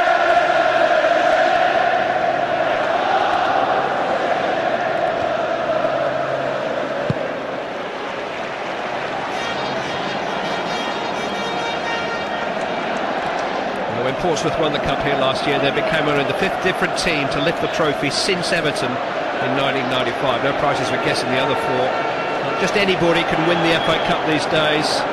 Nobody can doubt its enduring value to the country's most successful clubs. They're the ones that keep winning it. Welbeck. It's beautifully curled. It's a little too high from Danny Welbeck. Well, Tim Howard has every right to begin the inquest into how that was allowed to come in. And he's berated what's in front of him. I mean, could Hibbert have gotten a little bit tighter, because he's always likely to come in on his favoured right foot, and does so. Not that far away either. Scored in the 3rd round at Southampton, scored in the 5th round at Derby, every other round. But United are looking the more likely now. I mean, I thought Everton started the second half with more verve, more vigour. Ferdinand felt that. Fellaini was up in front of him. There was a little bit disquiet about an arm in Zap Knight's face that Villa Park last weekend, and Manchester United are unhappy about our latest challenge. I repeat, I think it's clumsiness more than anything on Fellaini's part, but that is no consolation when you just take the smack in the cheeks. One assumes it will be yellow. We don't quite know him, Mike Riley. He hasn't been booked since February. He picked up more cards than WH Smith before Christmas, but it is yellow.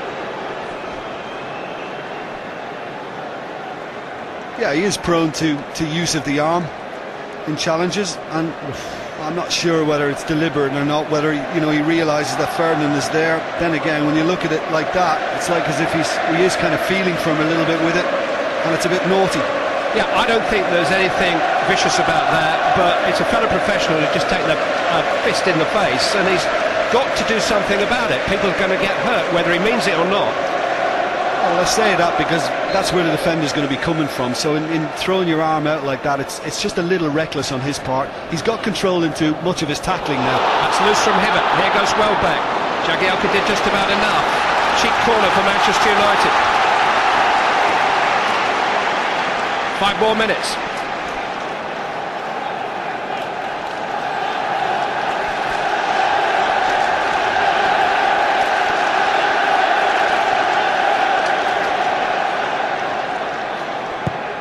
Gibson takes. Howard punches, it's not the best. It's hit by Makeda! Miss-hit! And Howard is able to grab it at the second attempt and atone for his earlier error. Yeah, he had a few shaky moments at Villa Park as well last Sunday, and I think he's up a bit early for this and just mistimes it. As a result, can't get good power in the punch. Got away with it. He has had 1 or 2 minor mistakes of late. I mean, all goalkeepers do. David Wheater's goal in the quarter-final was an odd one. Steven Gerrard in the 4th round was a Stoke goal the other week, which he was certainly culpable, but he has generally been an outstanding buy from Manchester United for Everton. Tim Howard, first American to win the FA Cup with United in 2004. And a bad moment, and then a better moment then. Manchester United can use one more substitute.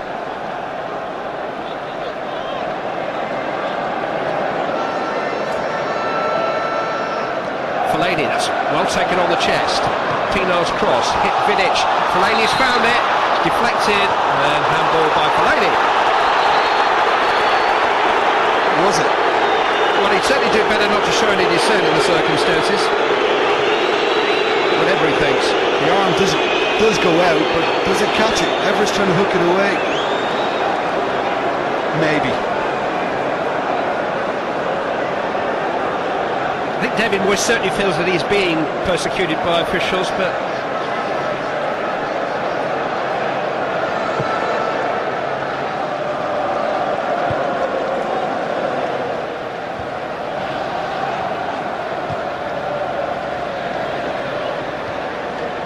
on by Rodwell. Cahill caught by Raphael. No free kick.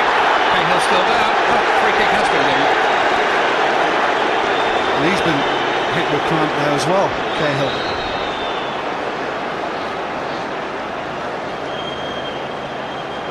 Yeah, and he's just turned his back into Raphael and he's gone over as a result. Nothing too bad. Won't be too bad if Everton score from it. 3 minutes to go. Here's Baines.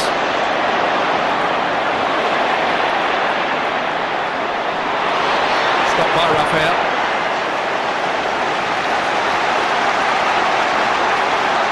Fancy half an hour more of this. That's where we're heading.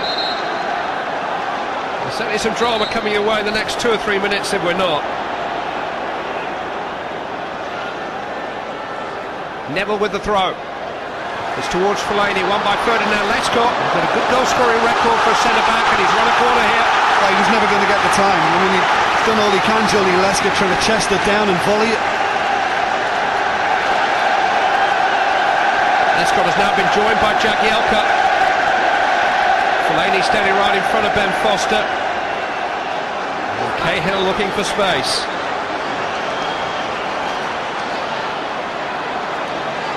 Stephen Pienaar with a corner. It was Lescott who tried to get across Ferdinand. And That's a goal kick. That's very, very good defending by Ferdinand. We've spoken about Cahill and Fellaini, but Lescott has got a very good record on set pieces too. And he thought he was just going to be able to direct this on towards the goal, but watch Ferdinand, just matched him all the way.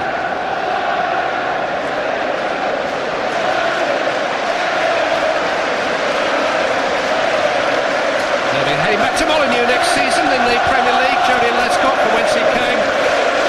Always do when your former club is promoted. Congratulations to Mick McCarthy and everybody at Wolverhampton Wanderers. Here's Tevez, seen off by Jagielka. Scholes, Gibson. It's long towards Welbeck. Too long.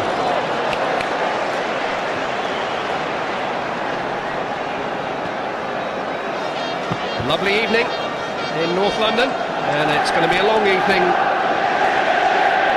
unless somebody can find a goal in the next minute and however much added time Mike Riley dare add on. Maybe a few words from Messrs Moyes and Ferguson before they continue.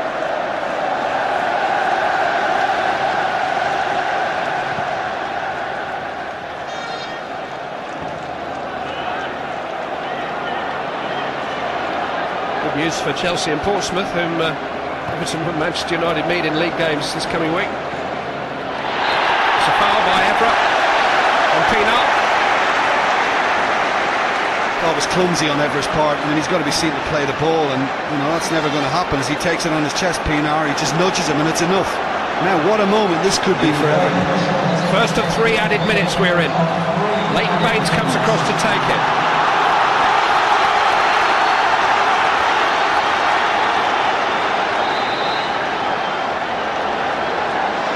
One would be enough now.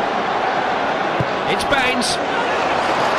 Goes Fellaini, jumps into Foster a little bit, free kick given. Yeah, Foster had always done enough. I know he's got the award, but he'd always done enough. Just got a hand to it. Not easy to do because very committed Fellaini. And it's been deemed a foul. I don't think he does an awful lot wrong, does he, Fellaini? Seems to be honest. I know the arms are up again, but I think he's trying to play the keeper with him. I think the arms are in the chest. So you disagree then? It's not a refereeing decision unless two people disagree about it. Well, refereeing decision was probably the biggest moment in this second half, wasn't it? And it's gone in Everton's favour, and I think probably Mike Riley got it right in hindsight. One big Manchester United penalty appeal turned down by Mike Riley. This man Welbeck and his clash with Jagielka. Here comes Fellaini. Cahill. Neville. Hibbert.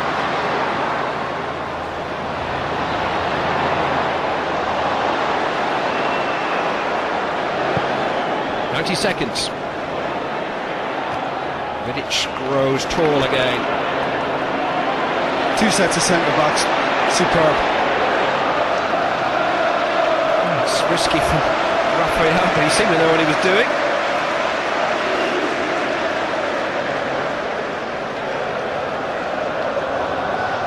We'll take a short break, and then of course we will be back for the extra time period.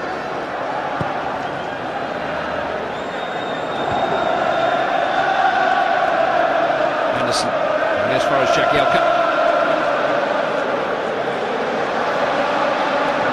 Baines. Now by Evra. Well, much taller than Scholes. This is Neville. Now or never. Osman finding some space. Neville. In towards Fellaini. Easy for Ferdinand in the post that time. Gibson up to Tevez. One last throw the Manchester United dice. Welbeck. Anderson.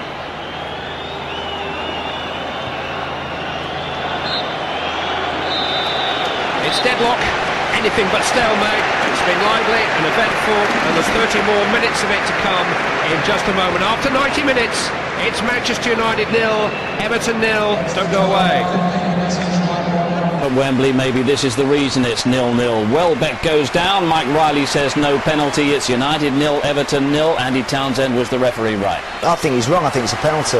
I think Phil Jagielka's just got caught. The run from Welbeck. Look, there's a little bump there on his thigh. It makes him clip his own heels. Over he goes.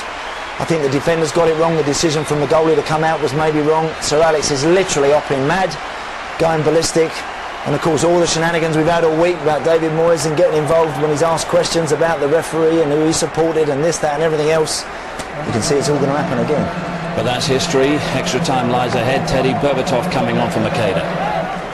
Yep. I thought this might have happened 20 minutes before the end of the game to bring Berbatov off. Makeda was stretching his calf, I think it was, a little bit of cramp. He's had a good game. He's decent. Can't be a problem, but Berbatov's on now and he can set this game alight. Joe, how is this deadlock going to be broken? A moment of genius, a big mistake, or a set piece. OK, we shall see. Another 30 minutes to come in the company of Jim Beglin and Clive Tilsley. Just the thought about the possibility of a penalty shootout. 3 players have scored penalties for Everton this season, and none of them are on the field. Yakubu and Arteta are injured, and Joe is ineligible, so they'll have to find some volunteers. Manchester United won a cup final here on penalties on March the 1st, and I think they won another cup final, didn't they, last May on penalties? I seem to remember so. The first 30 minutes of extra time. And the change sees Dimitar Berbatov, who got Manchester United's 4th round winner against Tottenham Hotspur, and who played on this ground for Spurs in the Carling Cup final last year, on the ball and on the field in place of Federico Makeda. And not your average change, is it? Take Makeda off and bring somebody of his calibre on. And he's just giving it away. Evra, Scholes and Berbatov, the 3 Manchester United substitutes used today.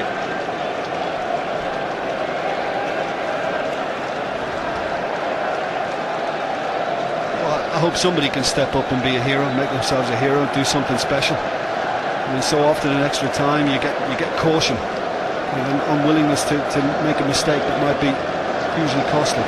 Hopefully it'll be better than that. Everton don't have anything like the same depth on the bench, but James Vaughan, who's been out for 5 months through injury, has played a couple of reserve games in the last 10 days. A striker with a goal or 2 in him, and he is on the bench today. This is Gibson. On a kick. James Vaughan. Cartilage operation in November. He actually played 90 minutes against Manchester United reserves at Altrincham on Thursday. It's the kind of preparation you need for an FA Cup semi-final in front of 88,000 at Wembley. Gibson will take. Comfortable enough for Cahill. Pienaar putting Scholes under pressure. He's got nobody ahead of him in blue. Nobody near him in blue at the moment. It has to stop. And it's a yellow card for Paul Scholes. Well, it was a Paul Scholes type challenge in the end. I don't think he had any need to do it, because in chasing back he's turned Pienaar to the side, so any threat really had gone, and he doesn't need to stick his foot out here and just have a little clip at him. Manchester United have lost an FA Cup final on penalties, and Paul Scholes was the villain that day, or at least Jens Lehmann was the hero. Baines in towards Cahill. Oh, now he stepped away from Raphael. Good save by the foot of Foster. Instant shot from Cahill. Difficult angle. Foster had the angles covered. Yeah, it might have gone all the way across goal. I'm not sure anybody would have got on the end of it, but the keeper was forced to react. It's a cracking little turn. I mean, it's brilliant work from Cahill. The control on the chest, get the turn in. Was it on target? Yeah, maybe he pulled it just a little bit more, but excellent work. Anxious moment. It could have gone anywhere off Foster's left foot. Here's Scholes.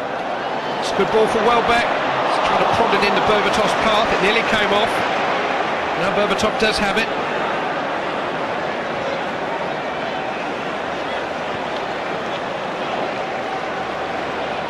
This harum-scarum match just suddenly changes down a couple of gears when the number 9 for Manchester United gets the ball. It's all calmed down. Berbatov.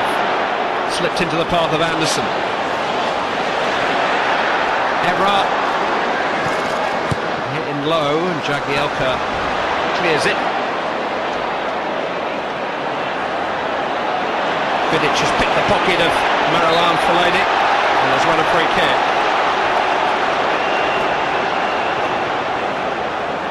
Scholes. Berbatov. Tevez. Berbatov. Away by Rodwell. Raphael. Gibson.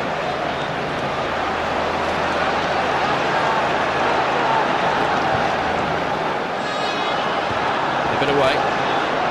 And as far as Evra.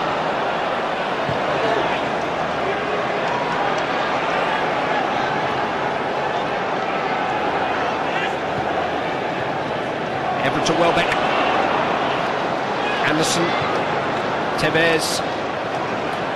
Scholes.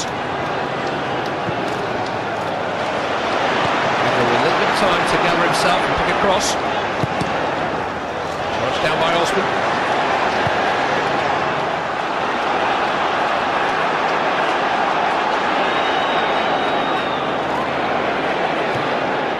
Berbatov. Evra. Dimitar Berbatov. Slip back to Paul Scholes. Going to coax it towards Gibson. Pienaar getting a couple of chances to clear.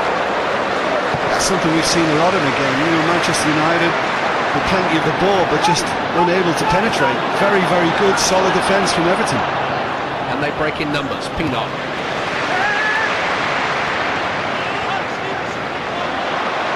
Gets it back from Baines. Stephen Pienaar.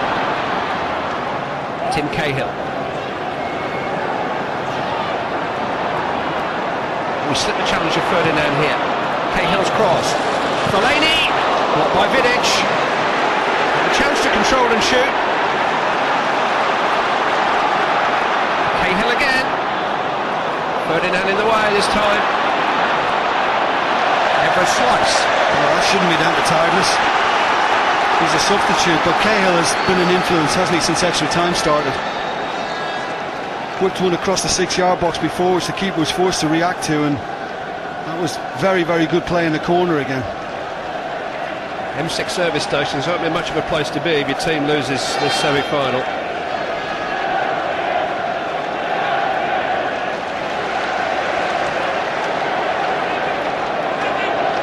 Jagielka. Raphael let it bounce, and Pienaar benefits. It is quick, Raphael, quick to recover. I don't think it's quite time for that.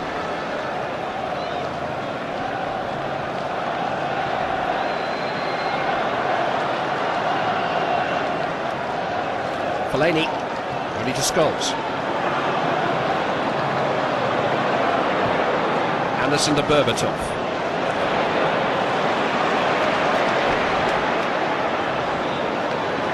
Scholes. Backs up. Oh, well back. No, he came late. Tevez was the initial target, I think, of the pass. But where was Welbeck when he was hit? That's what I thought when I first looked. Maybe he is. It's very, very tight. But you're right, Clive. Tevez was the one in the more advanced position, and Welbeck was right on the limit. Jagielka on the near side was probably the defender in the deepest position.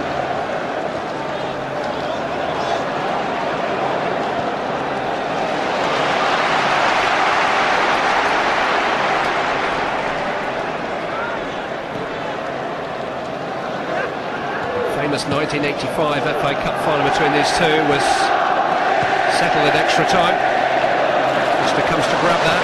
Everton had lost, Manchester United had lost Kevin Moran to the first ever red card in an FA Cup final, just almost on the stroke of 90 minutes. And Norman Whiteside came up with a left-footed bender past Neville Southall for the 10 men of Manchester United. Ron Atkinson in charge. I remember it well. I was a losing semi-finalist to United at Main Road in the replay. The big Ron tapped me on the head and he said, "Don't worry son, it'll always be next year." And I thought, "Are you taking the mickey?" But thankfully we did do it the next year.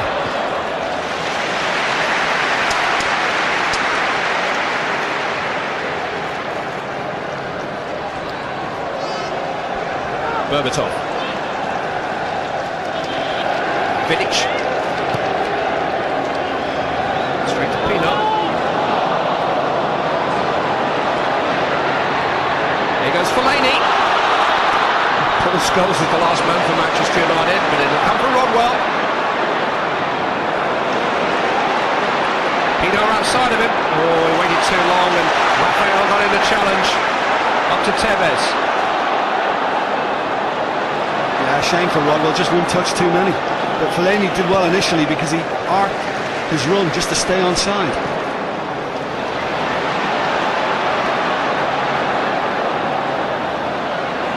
Anderson. Now Berbatov.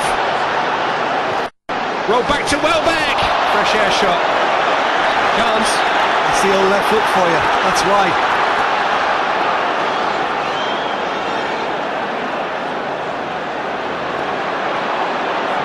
Best moment of Everton's season so far came deep in extra time against Liverpool at Goodison Park, and Gosling's winner. Ebra. Berbatov.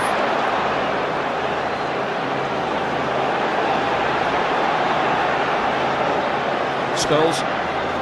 Tevez. Very optimistic.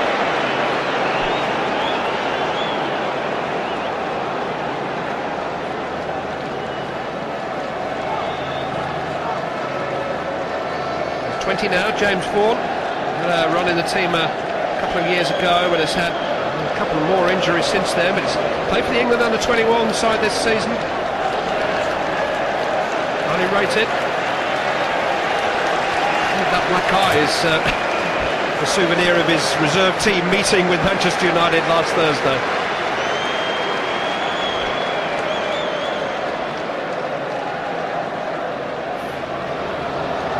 Rodwell. Cahill's pulled wide. Driven against Ferdinand. Ball miscue though. Might come back for Tim Cahill. Level to Baines. And now Pina. Vidic away. Rodwell to Hibbert. Tossed in towards Fellaini again. Vidic inevitably.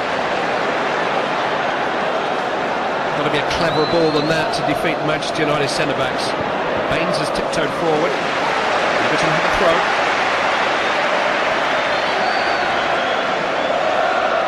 Yeah, I'm not interested in making the substitution till this is through.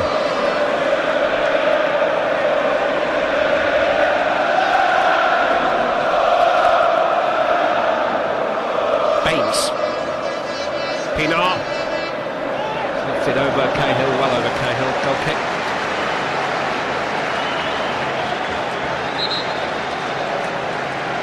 Here comes the change. Marwan Fellaini will give way to James Vaughan. 5 months out for first team action. Not a bad game in which to make your return. He's not a Merseysider by birth, Vaughan. He hails from Birmingham. He was spotted by the Everton youth scouts up in the Preston area.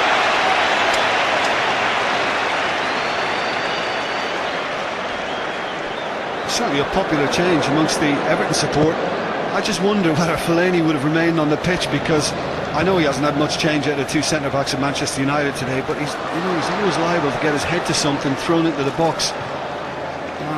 Osman's the one who looks spent. I mean, he's still putting the effort in, to be fair to him, but he has looked very tired. There he is again, still trying. He's carried some injuries this season, Leon Osman. His training schedule interrupted quite often. Welbeck. Anderson. Rodwell's done well there. One back by Anderson. Scholes. Holding off Cahill, who won't go away. That's two now, it's a free kick. Sir Alex Ferguson's bold selection was made with energy in mind. Anderson's got plenty of it. Trying to slip it into Berbatov, well seen though by Hibbert.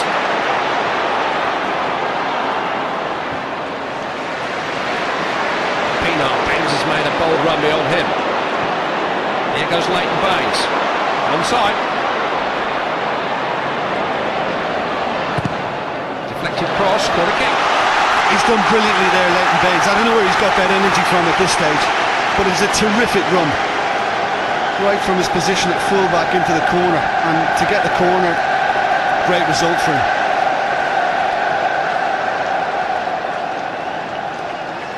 Last minute of the first period of extra time.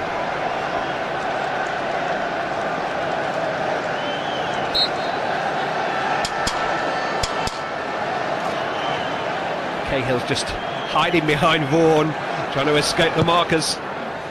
It's over his head though towards Lescott, who's won it. Headed away by Vidic, only back to Pienaar. Neville. Goalkeeper has come, and goalkeeper has got. Decisive, very commanding from Foster, and a good throw. Tevez is a bit lonely. Held it up well, now he's got support.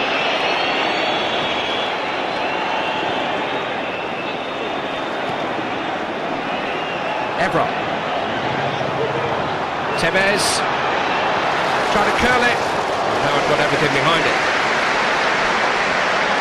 Just didn't really have the pace, and I think Howard had read it early. He was never quite going to execute the Norman Whiteside effort all those years ago. Half time in extra time, and thanks to that save from Tim Howard, it remains Manchester United 0, Everton 0. Yes, the deadlock remains, and Joe Royal, Teddy Sheringham and Andy Townsend are watching from the studio. There does seem to be an appetite, Joe, to finish this ahead of penalties without the need for penalties, but two such dominant defences this afternoon. All the stars of the game, particularly Vidic, Ferdinand, the fraction behind him, Lescott and Jagielka at the other end have been immaculate. So it's been hard for the forwards. Shooting has been from distance, and it's looking more and more like the dreaded penalties. Teddy, do you feel that the penalty shootout is becoming inevitable as well? I do think it's going to come, yeah. As Joe says, we've been restricted to long shots, but I think there should have been a penalty already. I'm in the case of saying it was a stonewall penalty. OK, Andy Townsend's had his say on that, and the reaction of Alex Ferguson also when Welbeck went down was quite clear, and you're confident this should have been given? Oh, most definitely. The right side of Jagielka catches Welbeck and sends him spinning. That's enough of a penalty, that is. I mean, if he's diving, why would he dive? The ball's 2 yards in front of him. He's going into an open net. There's no way that's not a penalty. Joe, you're not so sure? I'm not so sure. I think there's reasonable doubt.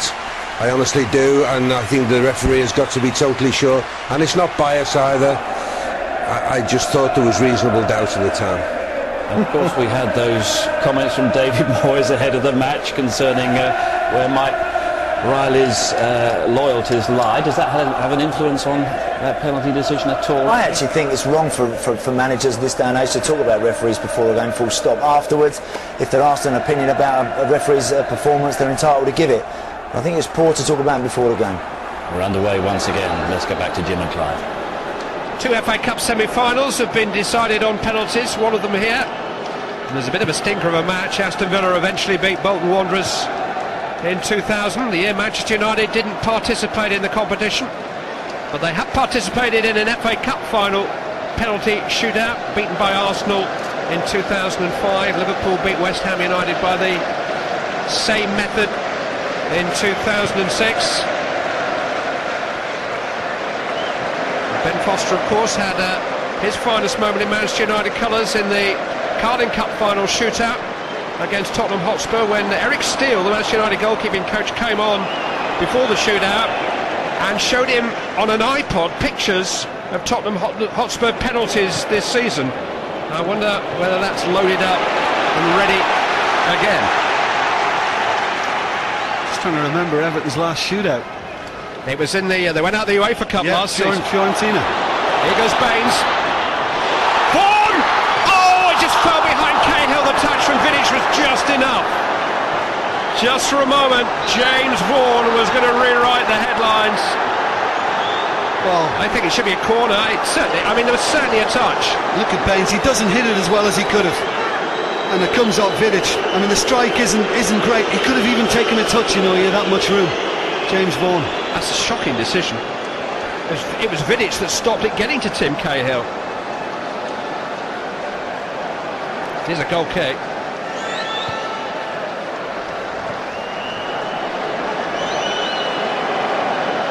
But by the same token, you'd have to say it's pretty shocking conduct from James Vaughan. He's got excuses. He's rusty. He's been out of the game for a long, long time. Just about as clear a chance as we've seen in the match. Yeah, I'll go along with that. Snatchy, big moment. He knew it and just snatched a bit. There's Eric Steele, the Manchester United goalkeeping coach, who's a character. And I dare say that he's got research all ready for Ben Foster to refresh when the iPod comes out at the end, unless we get a goal. We've nearly had one already. Rodwell. Oh, this might come from Leon Osman. Just couldn't quite get hold of it. Pinar is there. Everton having the moment saying that is a corner. No, it's not. Oh, he's given a goal kick.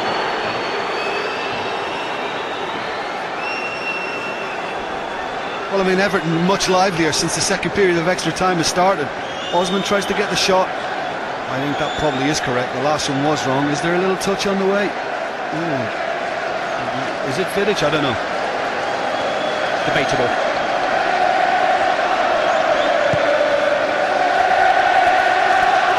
But Everton have had a good chance and a good glimpse of goal since the start of this second period of extra time.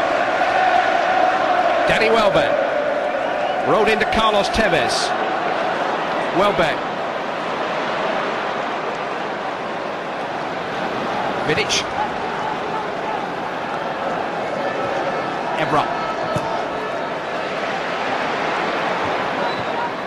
Just to recap, that last Everton penalty shootout was in March last year when they went out of the UEFA Cup in the last 16 after a wonderful 2-0 win over Fiorentina. They were so unlucky on the night. Phil Jagielka's effort was saved. Berbatov. There is Jagielka with the challenge. How could I forget that night, by the way? I was there. Free kick to Manchester United. Cahill ball all the way back. He rolled Vidic, and now he's going to be shown a yellow card for his dissent.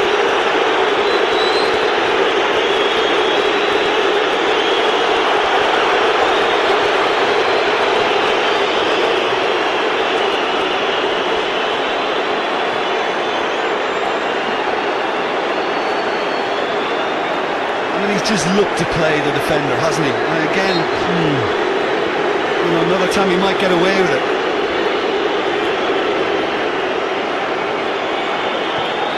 Scholes. I think the game almost needs a great winner now, otherwise there'll be too many column inches devoted to Mike Riley and what David Moyes said before the game and so on and so forth. Let's not have this supposedly decided by a referee. Come on, somebody. Pino. Neville. Yeah, I mean, my first instinct at the time was we could give this, but looking back, I'm with Joe. I think it would have been a little harsh.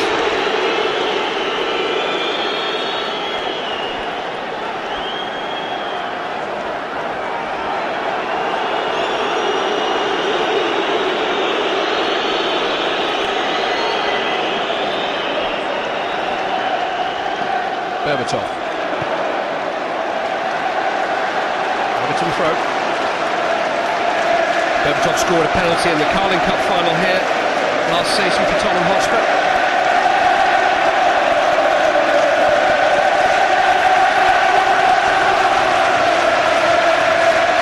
Been a wonderful atmosphere, but the Everton fans in particular have been tremendous.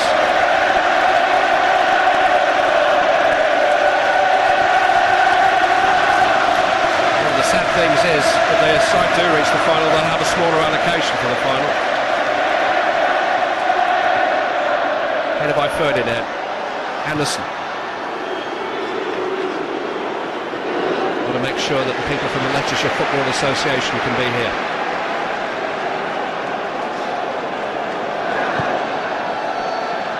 Rodwell. Turned away by Raphael. Here's Baines.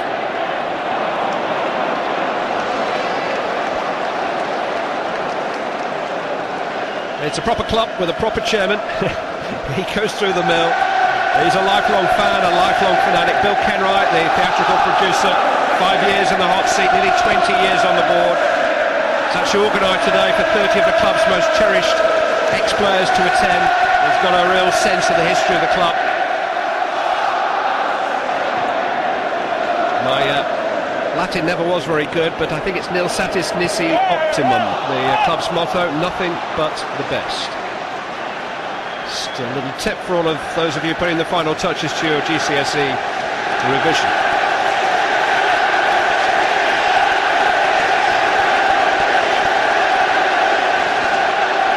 Yeah, but they've looked the more energetic Everton as well. This period, you know, Rodwell, Vaughan, it's a little fresher. Manchester United just look in moments, you know, in this second half of extra time, particularly as if they just want the final whistle to come and they'll settle for penalties. Lescott away, Neville, Vaughan, free kick, Ferdinand fouled him.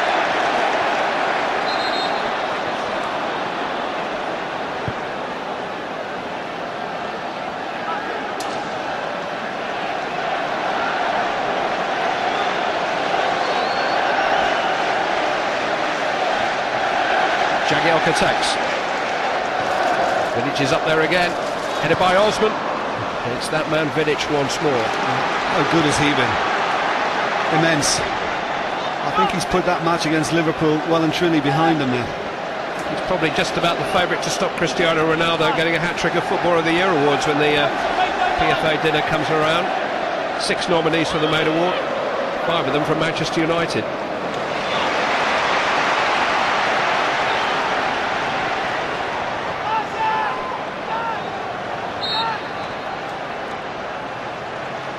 Phil Neville will take the throw.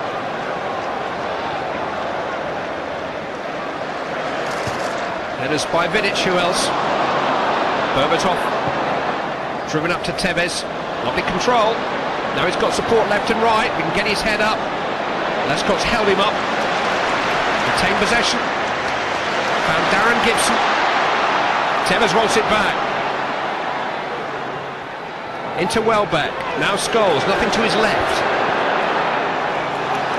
Rafael da Silva. Gibson.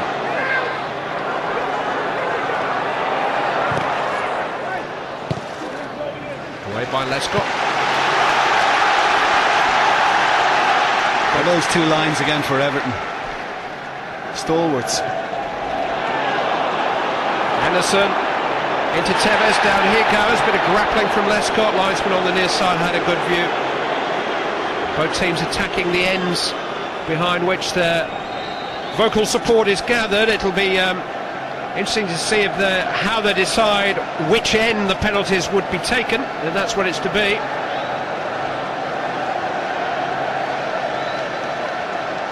Our boys in the studio have got their heads together, and that's the Eon man of the match for this afternoon, Nemanja Vidic.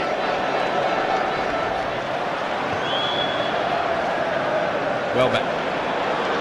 Berbatov over a scampering forward ahead of him. This is Patrice Evra. It's a corner kick. Well, again, like Baines on the opposite flank, he still has lots to give, plenty of energy, and he should. Haven't been a late introduction.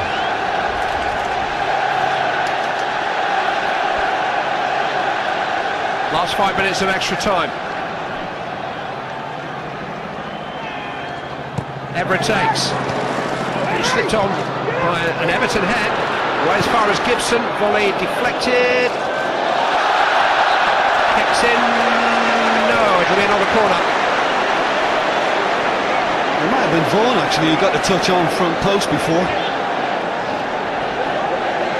Wasn't the best ball in from Evra, and that's why Gibson's gone out this time to get something with a little more loft and whip. The winner came late in the day yesterday. Gibson takes. Header away by Tim Cahill. Anderson. This time it's Lescott. Gibson again. Evra.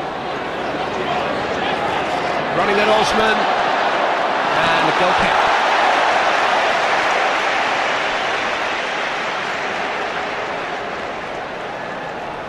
Oh, it's well done, Leon Osman. You know, I've commented a couple of times on how he looked to be feeling it. And it went for him. I'm not altogether sure that Sir Alex Ferguson woke up this morning certain of his 11 starters for the game, let alone his 5 penalty takers. Got some good penalty takers watching this at home.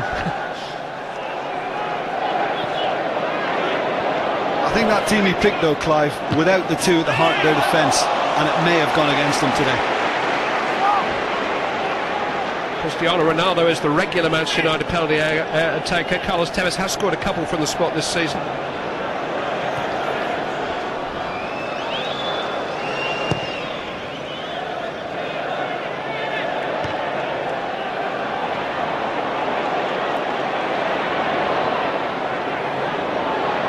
Osman. Rodwell. Cahill. Peanut. Baines was on the way. Gibson tossing his goalkeeper, charged down by Vaughan. Foster's got a chance to recover. Oh, it's just gone out. Just gone out. It's out. I think okay. Has he given a free kick here against Foster? He has. Penalised him. He's given a free kick for the fact that he was trying to let the ball roll out, but he was trying to push Baines out of the way in the process. And you know, keepers do that a lot. They kick it into the player who's charging down rather than just put it into touch. Do the safest thing, and that's why he tried to play Baines. 90 seconds of extra time remaining. One or two dramas at Wembley in extra time down the years.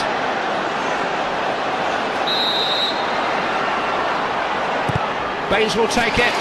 Flicked away by Vidic. No surprises there. Look at Cahill's reaction. Cahill was just arriving on the back of that, and had Vidic just not got the barest of touches, it could have been Everton's. Big word if.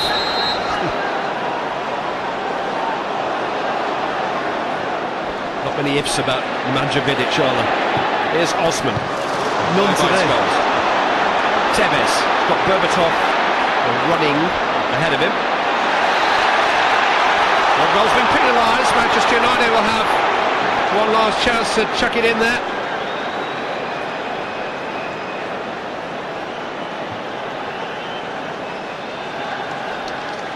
Scholes takes.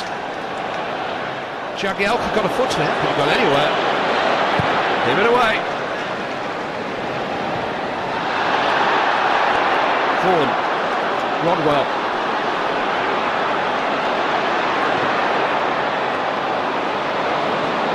Click towards Leon Osman. Well, some young players out on the field. Be interesting to see how many of them volunteer for the big penalties here. At the start of last month, it was Anderson who scored the winning penalty. It is going to go to a penalty shootout. It's coming your way in just a moment. A penalty shootout will decide whether it's Manchester United or Everton who face Chelsea in the FA Cup final. In these circumstances, normally, Teddy Sheringham, you'd face United, but there's not much penalty experience out there as far as they're concerned. But maybe that's the case for Everton as well. No, I think most of the penalty takers that would normally take them are all sitting at home watching. But it's a chance for others to step up, and you know they'll be asked, do you want to take one or not? And it's entirely up to the players, and then the manager's got to pick the best 5 out of those ones that want to take them. How much is it up to the goalkeepers as well, Joe? And Ben Foster, of course, was a Carling Cup hero. Yes, and he's already proved that he can save a penalty, and not all top goalkeepers are great penalty savers. I remember the fantastic Peter Shilton didn't have a great record in penalties, good as he was in goal. It's a totally different thing. Temperament, making the right decision, and a little bit of luck.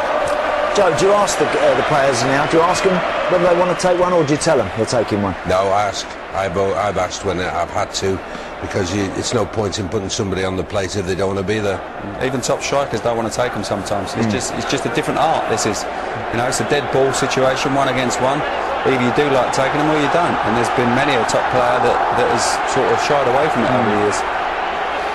Ben Foster, we saw talking with the United goalkeeping coach Eric Steele, There's not really much point doing much iPod research on the Everton penalty takers today, Andy.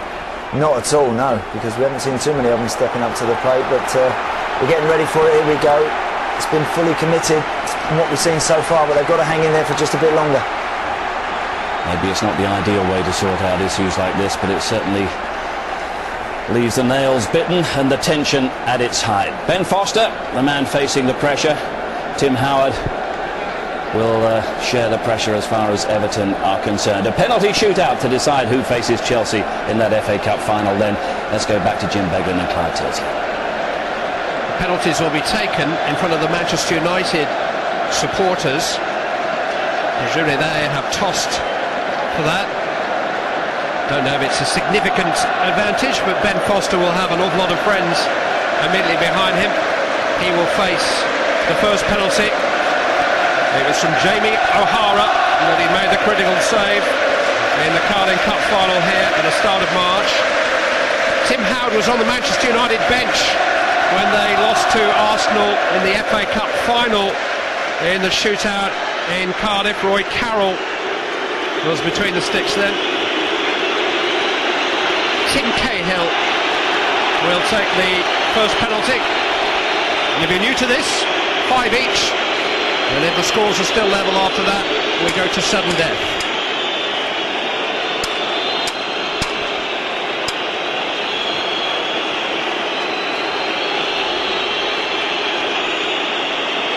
Tim Cahill, an FA Cup finalist against Manchester United 5 years ago in Millwall colours, once the scorer of an FA Cup semi-final winner for Millwall that took them to that final. Here we go. It's Cahill. It's over. Well over. Well, he had the issue about the placement. Mike Riley twice told him to get it back centrally on the spot. And that's poor. Right underneath it, and he's gutted. Well, there's time to recover when you miss your first penalty. Dimitar Berbatov, who was on the spot for Tottenham Hotspur on this ground in the Carling Cup final last year, will take the first Manchester United penalty against the former Manchester United goalkeeper Tim Howard.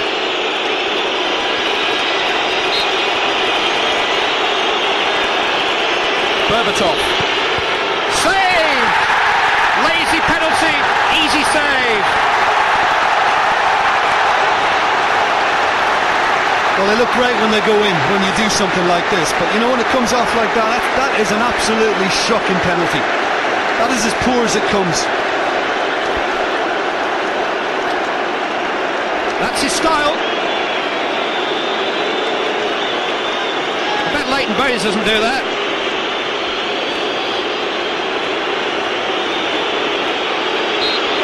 Baines for Everton. Bang. 1-0 to Everton in the shootout. He's had a good game today as well for me, Leighton Baines, and this was decisive. Mind made up. Bang. He is a free kick taker, Everton's main free kick taker, and he smashed that in. Time for the skipper. Manchester United going with the experienced men at the moment. Rio Ferdinand on the spot.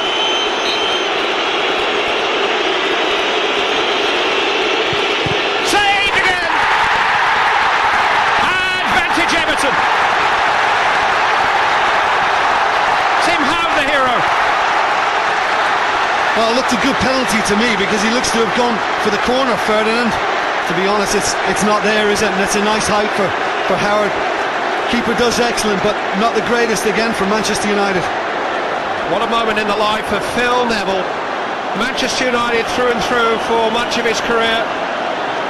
Made a big move in his life 4 years ago. Now the skipper of Everton.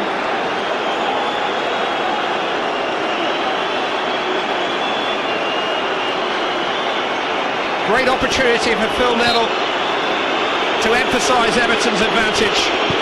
And he's taken it. Sends Foster the wrong way, and Everton lead by 2-0 in the shootout. Well, he's been wonderfully cool all afternoon, Phil Neville, the skipper, and likewise then. It will be the man of the match, Nemanja Vidic next, but suddenly Manchester United's bid to win the complete box set is on the line here.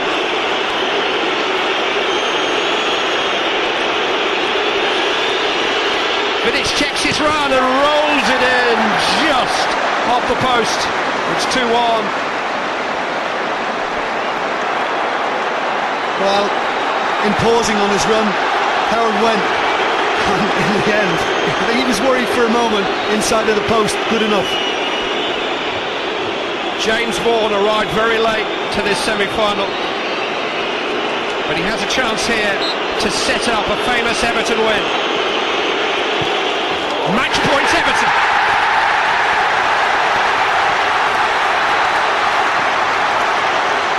And the bottom line is that Anderson, the man who scored the winning penalty here at the start of last month, must score, or Everton go to the final.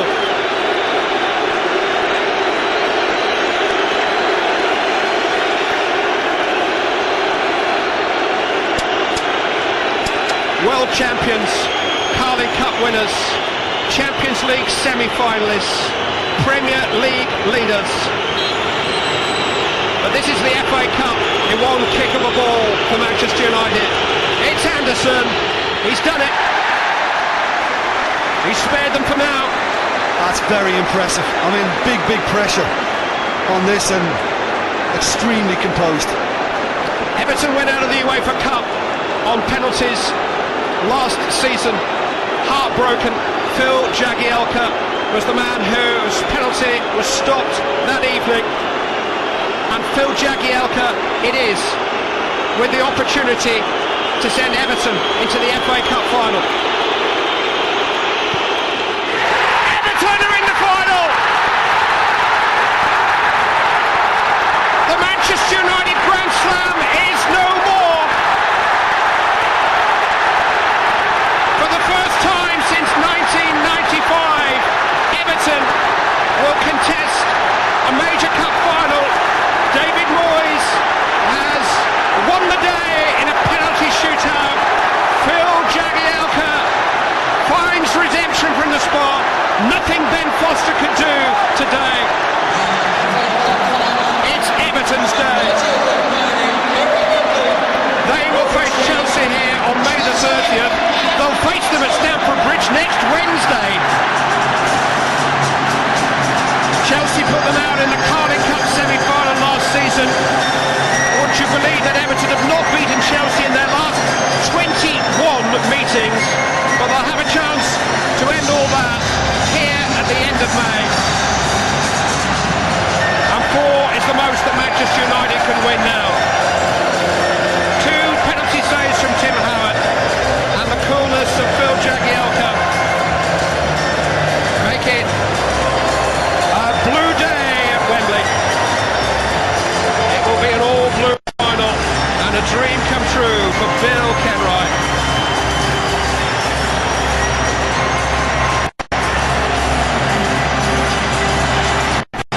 Well, it was hard to see how Everton were going to beat United, but eventually they did it Howard's way. Tim Howard, he's the penalty-saving hero, and United's all-conquering ambitions are ended. It's Everton into the final. We'll discuss exactly how and get, no doubt, ecstatic Everton reaction in a few minutes' time.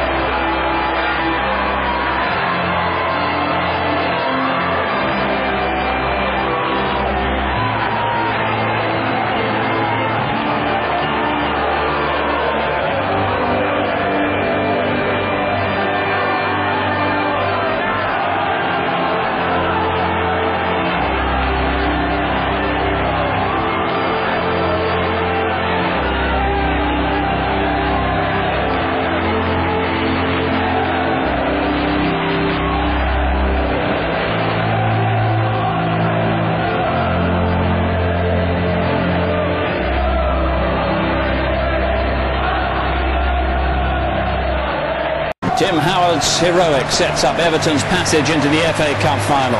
Ferdinand misses, and when Jagielka scores, we know it's going to be Everton against Chelsea in the final. Congratulations, David Moyes. He's talking with Gabriel Clark. How'd you practice penalties? Yeah, we did actually. We did. We had a go and we had a... But how can you practice really? You know, you come up and you take one. If the goalie goes right, he saves it. If he doesn't, you score. But we were struggling a wee bit to get 5 to take them, but thank goodness the goalie had a couple of really good saves. Did Phil Jagielka want to take one after Fiorentina last year? Well, he was one of the ones who scored the other day in training, so it shows that he done it again. And he didn't really, I think if he had his way he wouldn't, but we didn't have too many takers there on the day. What was the key for you today, David? Well, it was a tough game for us. I mean, Man United, whoever they play, if they put out their under 14s today, it would have been a tough game because they go to win every trophy and every competition they enter. But I thought we kept at it. I thought we could have played better at times, but Man United made it difficult for us. Manchester United are convinced they should have had a penalty when Jagielka challenged Welbeck. What was your view? Well, from where I was, I thought it was as well, but somebody said to me they don't know if they've got the ball, so I've not seen it. I've come right to your interview, so I've not seen it, but from where I was sitting I thought, oh, that must be close. You were quoted about Mike Riley before the game. Might that have had any influence on the decision? No, not that I know of. You know, it shouldn't be. You say that referees don't get influenced, then it shouldn't. Sum up what this means to Everton. What is your first final as a player or a manager? What does this represent for Everton? I mean, for everybody at Everton, it's fantastic. It really is. The effort the players have put in, and we're working towards success at Everton. And if they keep doing what they're doing now, it will not be too far away. Well done. David Moyes deserves that. You know, 5 years of steady building, and they have a side. It hasn't been an easy season, lots of injuries, and they've gone out there today. They can play better, so can Manchester United. The game was a stalemate in the end. You know, neither side did enough to win it. And then you have a hero on the day. You know, of a hero, the irony of an ex-Manchester United goalkeeper making a great save. Yeah. You've got to say that Jagielka, you know, how brave was he to take it? And added to that, the worst penalty I've ever seen taken by an international footballer. Yeah, Berbatov's rather soft penalty. But they do deserve it, Teddy. Not so much maybe for today's performance, but for all that work that's gone on in recent seasons at Goodison. Yeah, of course. And you've got to say about Phil Jagielka. I mean, he's missed one in their last big penalty shootout, and to step up today and take the 5th penalty, you know it's going to be the crucial one, and put it away beautifully as well. You know, that is a solid, firm strike. He knows where it's going. Still got to hope the goalkeeper goes the wrong way, but if he does go the wrong way, he's hit it hard enough to beat him anyway. So, great penalty, really pleased for him, showing a little bit of character to step up and take one. Had a great season as well, by the way, Jagielka. Yeah, I was going to say, Andy, he was the part of a very solid back four as well for Everton. Very good today. He was just the one little moment. Of course, the penalty was it wasn't. I thought it was. I thought that was the little bit of luck that Everton needed on the day. They hung in there, they dug in, kept going.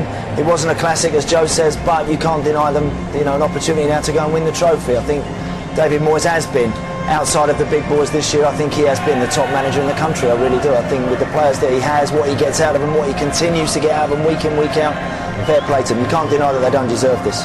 Blue against blue then at Wembley at the end of May. What sort of chance have they got of winning this FA Cup? Same chances they had coming into this game when nobody gave them a chance against Manchester United. They go there, it's a one-off. Nobody gets at Everton that easily, believe me.